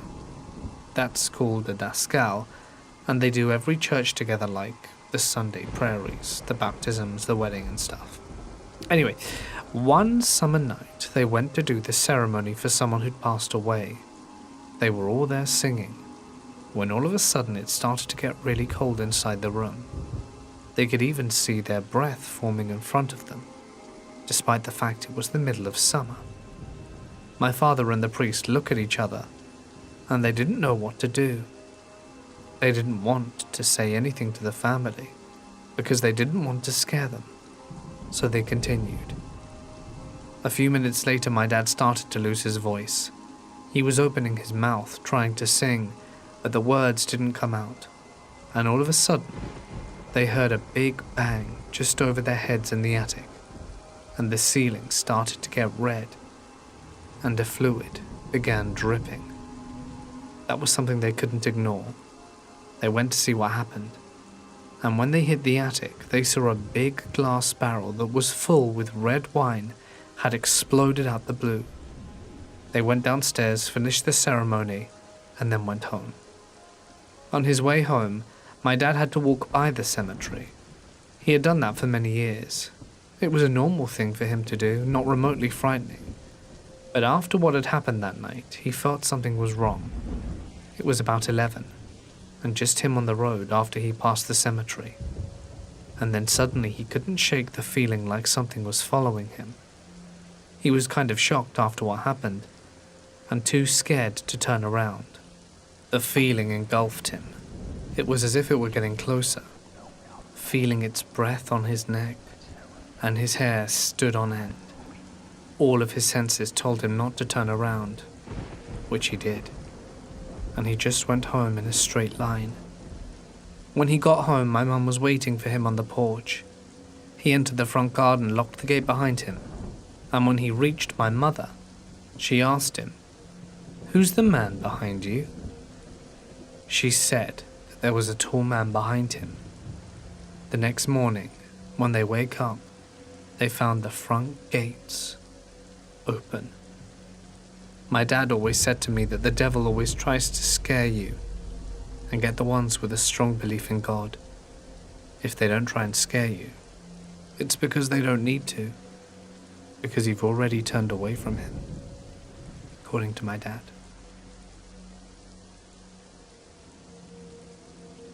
This happened a few months ago. I'm a 23-year-old female, and I finally bought a car for myself. I love driving around and listening to music alone or with my siblings. This very night it was around 7 p.m, wintertime, and I took my two siblings, 18-year-old female and 13-year-old male, out for a drive after their consistent pleading because they were bored. Now I'm a smoker, and coming from a South Asian household, women aren't meant to smoke, so I took the opportunity to smoke without worrying that my parents could catch me. The city I live in has a good side and a bad side, and I lived in the very good side, or so I thought. a quiet suburban area. I didn't hesitate to park somewhere, get out and smoke for a while leaning against my car, as I don't like smoking in my own car, and scrolling away on my phone.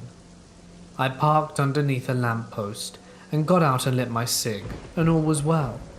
It was dark, but I wasn't scared as I visited that road regularly, and it wasn't too far from my aunt's house. As I lit up, I looked up from my phone and looked around to see a man walk out of the shadows from a bush. I didn't think anything of it. I see people going for walks all the time around here. He was at least 6'4", was on the opposite sidewalk, and I assumed he was just going to carry on walking, so I carried on looking at my phone, until I look up to see him just standing there, fully facing me and watching me. My sister in the car must have been watching him too, and knocked on the window, telling me to come in. I had already butted out my cigarette, and was making my way to my car door, keys in hand, and the guy was still standing there completely still. I got in anyway, locked my door, and breathed a sigh of relief, thinking perhaps I was just overreacting. I put my key in the ignition, and I turned to see where the guy was, and I see that he's now behind my car, taking pictures of my car and my registration number. I rolled my window down the tiniest bit, and I could see his face a little clearer. He was of Indian descent, with a beard and hoodie over his head, showing some features on his face. I asked politely what he was doing, and he came towards my window but stood a bit of a gap away. In the most aggressive tone he said, "Do you know who I am?" No. I didn't know whether it was rhetorical or not. "I have a lot of stuff going on in my house and I don't need you here parking here watching me.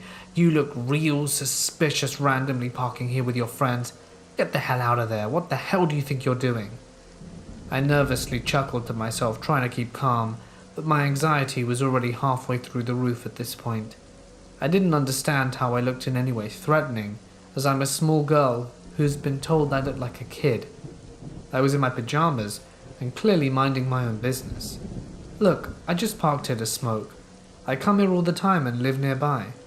He got right up to my window, slid his fingers through the gap, and forced my window all the way down, screaming at the top of his lungs for me to get the hell out of here. I screamed in terror and told him to stop swearing as I had a minor in the car, and he was scaring him. I don't know why, I knew he wouldn't exactly care. He screamed and went red. "If you don't get out of here now, I'll damage you in your car." My adrenaline was already hitting peak, so I was terrified, didn't even bother putting my seatbelt on, and jolted out of there in a panic.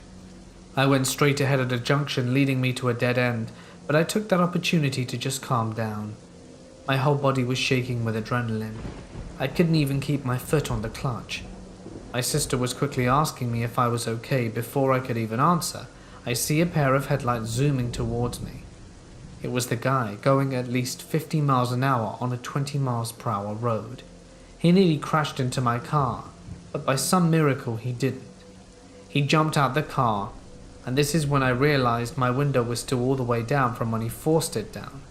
I wanted to cry, and I quickly tried to shut my window, but he was too fast. He half threw his body into my car, through my window, and I screamed so loudly, with his ear right next to my face, I'm sure I deafened him. He was trying to steal my car keys from the ignition. I thanked my lucky stars that with my car, in order to get the car keys out, I would have had to have had my foot on the clutch, which I didn't. With one hand, I was pressing down on the horn of my car to make as much noise as possible to alert the people in their houses, and with the other, scratched his hands away from my car keys, and my poor siblings were in the car bawling their eyes out. My little brother had no idea what he could do to protect me, and my sister was in the passenger seat experiencing all of this in front of her eyes. I hurt the guy enough for him to get out of my damn car. "I told you to get out of here or I'll hurt you. I told you." The guy attempted to pull up my door handle trying to open it and get in, and then I noped out of there. I didn't care that my body was half shaking like a fish out of water. My main priority was now the safety of my siblings and myself. I knew that we were making a loud commotion. I held onto the horn of my car trying to get the attention from other houses, but nobody helped. It was 7 p.m., and I was certain that people would hear me screaming, but they all acted oblivious. I managed to wriggle my way out of that dead end and went to a new street, and to a totally different area and parked. I knew this probably wasn't a good idea, but I knew the guy wasn't following me, as I drove around for a good 10 minutes. I just released my emotions, and me and my sister and little brother were just sitting there in the car sobbing away. This was the first time that anything like that had ever happened to me, or any of us. I rang the police and immediately wanted to punch myself in the face when the dispatcher asked if I got his registration. Of course, in my panic, I didn't. I wanted to slap myself in the face because I listened to these horror stories on YouTube all the time, and always felt they taught me how to handle certain situations, and I couldn't even bloody get a registration number. The dispatcher was amazingly empathetic, as was the female officer who called me the next day. As a woman, she understood how scary that must have been for me, and again I cried to her. Unfortunately, the cops informed me there were no CCTV cameras where it happened, so they couldn't really do much, especially with me not knowing where he came from. If he came from a house, and if so, which one, or his registration number. The female officer apologized to me, but it really was my fault for not mentally noting important information. They made a report of my attack, so if anything similar happened in the area, they can connect them. The officer said I most likely parked there, and he was doing something illegal and freaked out on me. I just think he was a freak who enjoyed scaring people, who looked like easy prey. So to the creep who tried to steal my car, let's not meet again.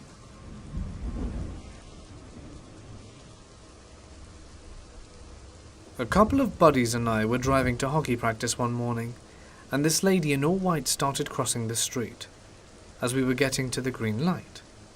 Initially I was angry.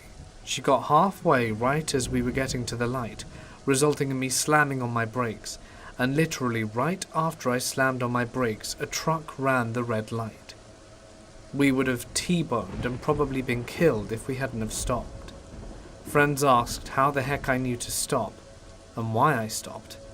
When I told them about because of the lady, they were just like, "What lady? We never saw a lady in the crosswalk." I'm pretty sure a ghost saved all our lives. My dad passed away when I was finishing undergrad. My baby brother was in junior year of high school, and I was the executor of his estate. He didn't have a will, and brother was obviously a minor, so it made things difficult. So one night I go to this old bookstore called Vaughn's that he loved to get a quote for his Stephen King collection. While they're going through everything, I walk around. There's a basement chock full of books, and I walk down there, and there's no one else around. It must have been about 8:30 or so, and when I enter, a book falls off the shelf. Immediately I feel a presence, but also this invisible sort of trail that I'm trying to follow. So I walk through the rows, thinking and just follow this trail until it leads to the sci-fi section. Here I get an overwhelming reassurance that my dad is in front of me. So I'm standing there and say to myself, okay, I'm open, receptive, let me hear. Forget the house. It blows me away. I've not even thought about the house of his that my brothers and I are trying to get baby bro through school in. So I have this little back and forth with myself about how I'm not going to quit and fight, yada yada. So I walk along and go to where the book fell, where I first entered the basement, and I pick it up. It's a book titled Teaching Your Children to Live Without You. That was it. It sent chills down my spine. I go upstairs, grab his books, say thank you and leave. When I get home, I open the mailbox and there's a letter from the bank demanding the full outstanding mortgage in 30 days. The sheriff came after the 30 days had elapsed and kicked my 17-year-old brother out, called him a low-down piece of crap, and then they sold it and made $130K. And it took me 3 years of being my own lawyer to sue the city to claim the estate equity in the property.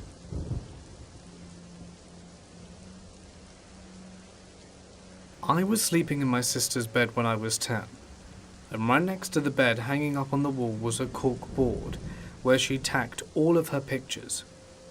It was around 2 a.m. when I woke up to a noise and several pictures falling off the cork board.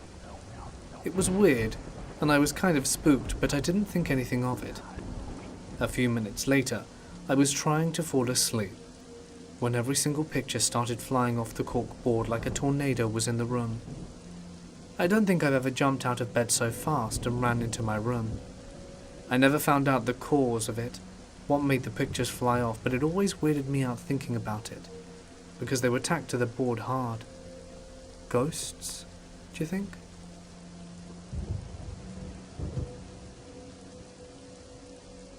I had an apartment in grad school that was set up in a way that you walk into the living room from the main door, and there's a door to the dining room and kitchen, and then a hallway to the bedroom and bathroom in the back. Only the person sitting in the chair by that door from the living room to the kitchen could see into the rest of the apartment. So one afternoon I had a friend from work over, and she brought her friend Hannah with her. My friend and I were on the couch, and Hannah was in the chair that could see into the rest of the apartment. We had a good visit, with nothing remarkable to note. A few days later, I saw my friend at work. She had a weird look on her face, and she walked up and said, "Hannah said the weirdest thing when we left your apartment the other day. She said Sammy's roommate must be horrible." Apparently, she saw a young woman walk out the bedroom and into the kitchen, get a glass from the cupboard, fill it with water, then take a drink, rinse it, dry it, and put it away, while glaring at Hannah the entire time. Then she walked back into the bedroom. This is weird, because I lived alone. A few months later, my best friend and I were watching a movie in the living room, and I decided to go to bed a little earlier than her. When I left her, she was laying on the couch with my dog. About 5 minutes later, I heard my dog growling ferociously for a few minutes. It didn't seem out of the ordinary because my dog had a habit of growling at people that walked on the sidewalk in front of my house. Several more months go by, and I had since moved into a new home. The first time my best friend visited me, she said, "Thank God you're not in that apartment so I can tell you what I saw." That night, she stayed at my house and heard the dog barking. She experienced something. She went on to tell me that she was on the couch with the dog, and then out of nowhere she jumped off the chair and went to the opposite side of the living room and started growling in her direction. All of a sudden, she saw this guy in jeans and a white tee sitting on the floor with his back leaned up against the couch she was on. He was watching the TV, and then he turned around to look at her when she jumped, then turned back to watching the TV. She stared for a few seconds and then he vanished from the inside out, like how an old television shuts off. Then the dog jumped back onto the couch with her, and the night continued without incident. I never experienced anything weird or had any sort of strange feeling there, but I was pretty shut off to that sort of stuff at that point in my life anyway.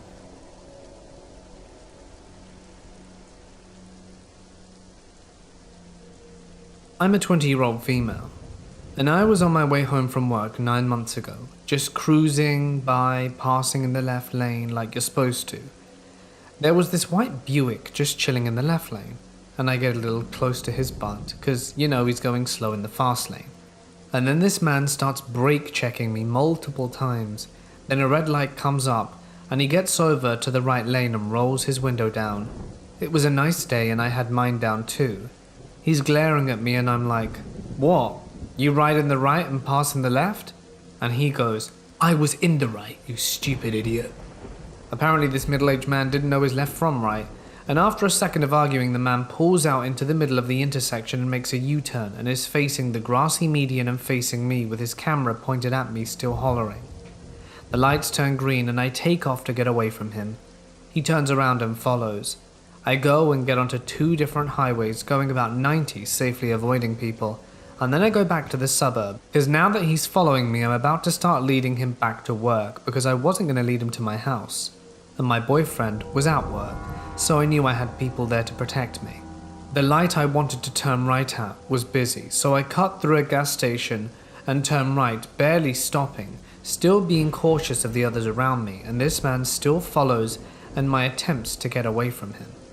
At this point I'm fed up with him and want him to follow me back to work so I can kick his ass. I get back to the road we were on and got into the left lane, and the light was red. Instead of following me, he stays in the straight lane with his phone out at the window pointing at my car. At that point he stopped following me. Must have been too far out his way. But the two highways and turnarounds weren't. I hope he calls the cops, as my car is registered to a retired cop. And then on top of it, I know for a fact that the red light he ran at the beginning has light cameras.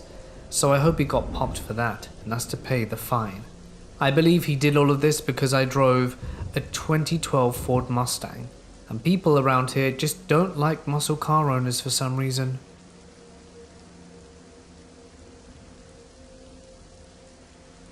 I used to live in a flat with my two boys, and the smallest bedroom was my youngest son's.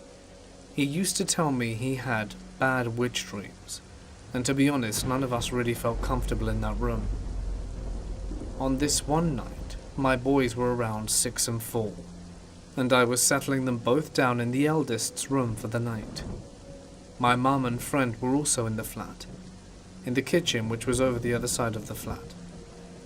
I heard a bang in the hallway outside the room, and my dog yelped. I thought she'd walked into something, so I didn't go out straight away. When I did go, I got to the hallway, just as my mum and friend came in. My youngest had an old, heavy chest of drawers in his room, along the door wall about halfway down the room, maybe 6 feet from the doorway. On the hallway floor was the bottom drawer.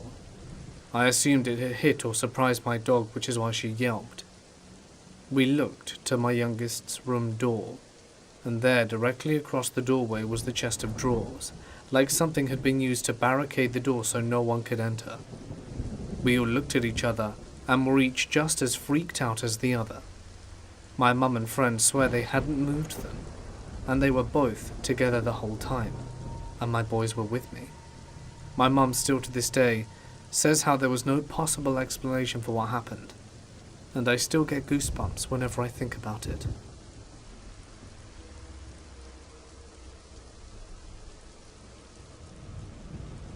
One night I woke up to something settling over my face. Initially I thought it was my bed covers, but then I realized it all felt wrong, and reached up and grabbed the cloth and threw it.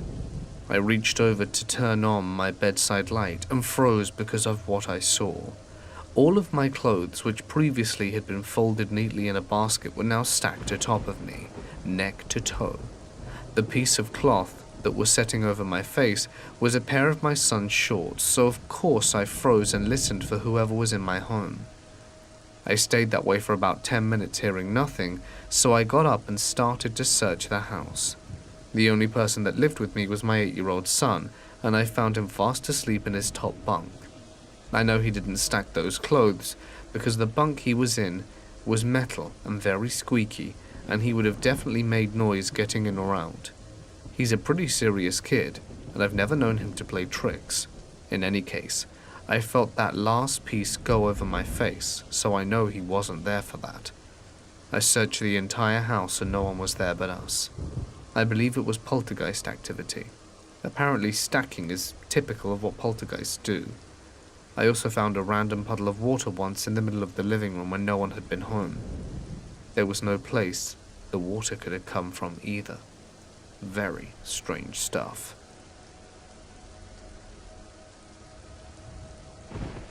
My friend is a military man, and his family owns a house in a rural area in the Philippines.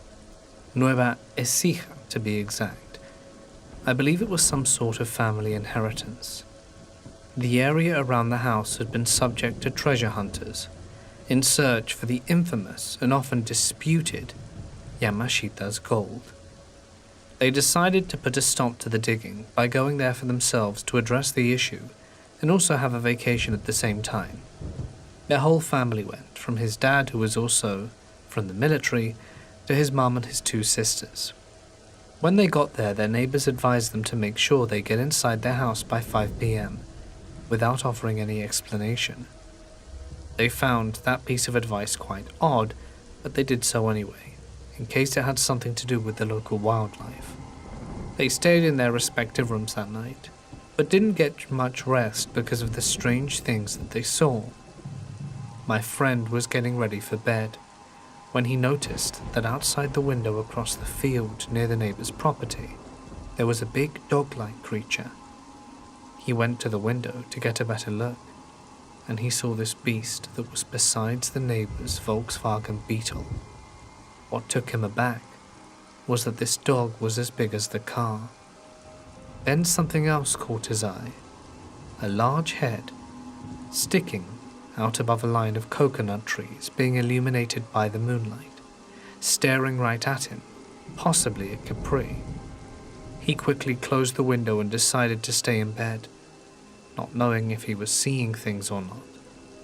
That same night, his sisters had been hanging out in the dining area when they saw a curtain floating around.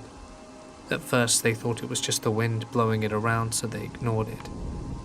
But shortly after realized there was no wind, with all the windows closed, and not a breeze in sight.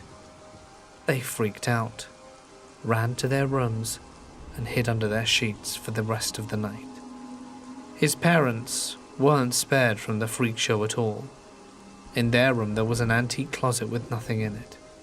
At random times during the night, it would swing open, making quite some noise, and after a while would just slam shut on its own.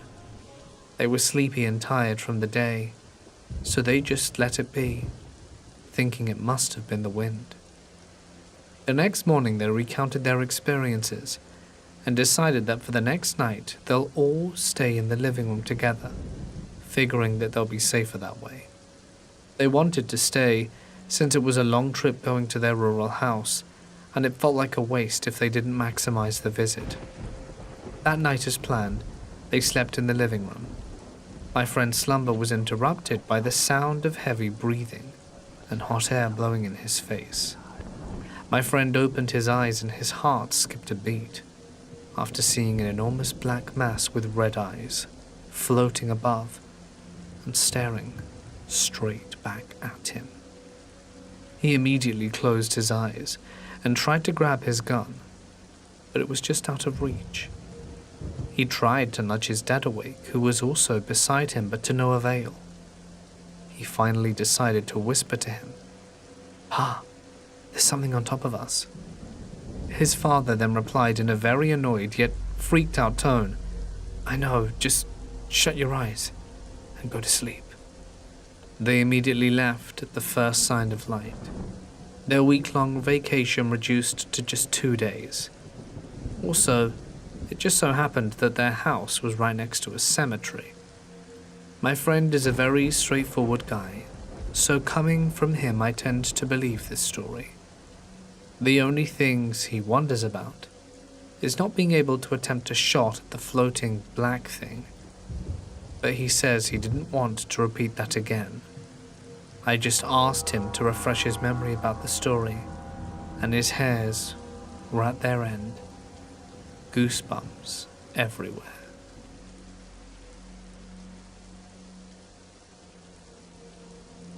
I was doing a paranormal investigation in the old jail in St. Augustine.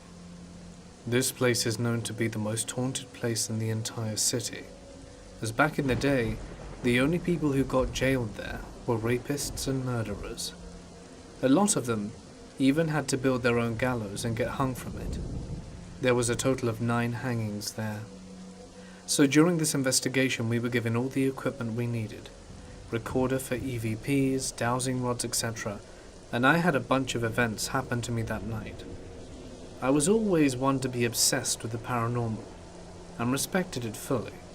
So I've always had this connection, I felt.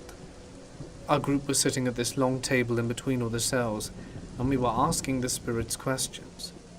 I remembered the lead investigator ask, "Who do you want to talk to at this table?" No exaggeration. Every single one of the rods every person was holding, all pointed to me at the exact same time. It blew my mind, and I got pretty excited rather than scared. Next thing is I went into the sheriff's office inside the jail. Him and his daughter lived there, and I asked the sheriff if he was still in the room with me, and to point my dowsing rod to where he was located. At this point, I was sitting in his office chair, and there was a guy watching cameras and saw an orb fly to the left of me after I asked that. Then all of a sudden, the rods both turned directly to my left. I also ended up having a conversation with his daughter in the room. I was completely by myself sitting on the floor of her room, asking her questions like, yes or no? Do you like my company? Do you want me to stay here and play with your toys? And every single question I asked her, she answered back with the dowsing rods. Cross them for yes, turn them away for no. And sure enough, they'd either cross or move away with no breeze, no movement, or anything. It was one of the strangest and coolest moments of my life.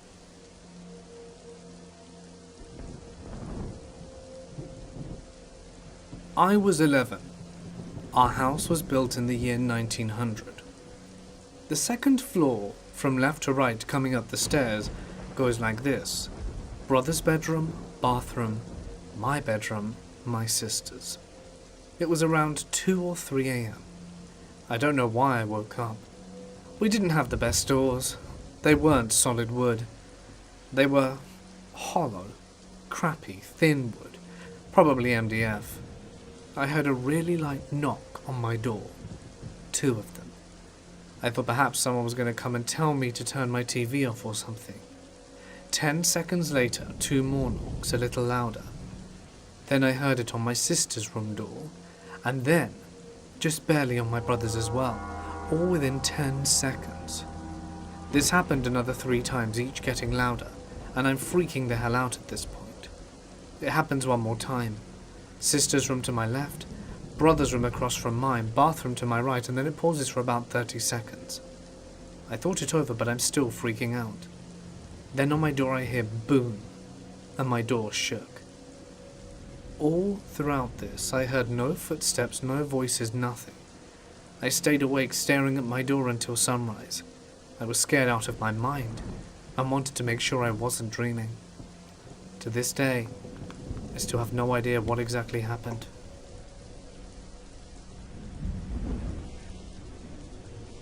I once visited my dad for the summer when I was around 13. He was house to house at the time, and this time he was renting this older house. I felt uncomfortable in there, but I thought I was just being paranoid. I've always been a night owl and struggled with insomnia, and one night around 2 to 3 a.m. I'm sitting up watching South Park on my laptop. Great choice. My door is open, and I can't stop glancing into the kitchen and the dim oven light, when all of a sudden I hear the most uncomfortable, blood-curdling scream I've ever heard. It was a woman screaming, and it was loud. At this point I'm crapping myself, but my dad was always like, be a man, man up, type guy. So I shut my door and don't sleep till daylight. I never say anything to him, and about a year later I'm going to visit him again and I say, remember that house you lived in on such and such street? I heard ghost screams there. He turns white as a ghost.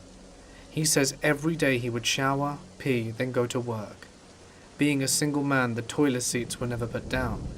But every day without fail, he got home and the damn toilet seat was down. It never went down while he was home. He went as far as pulling over, opening up his camera roll and showing me the time-stamped pictures of his toilet seat up at 7 a.m. and down at 4 p.m. as he got home. He said the rooms he kept his firearms in would constantly be shut somehow, and remained extremely cool for Texas in the middle of summer.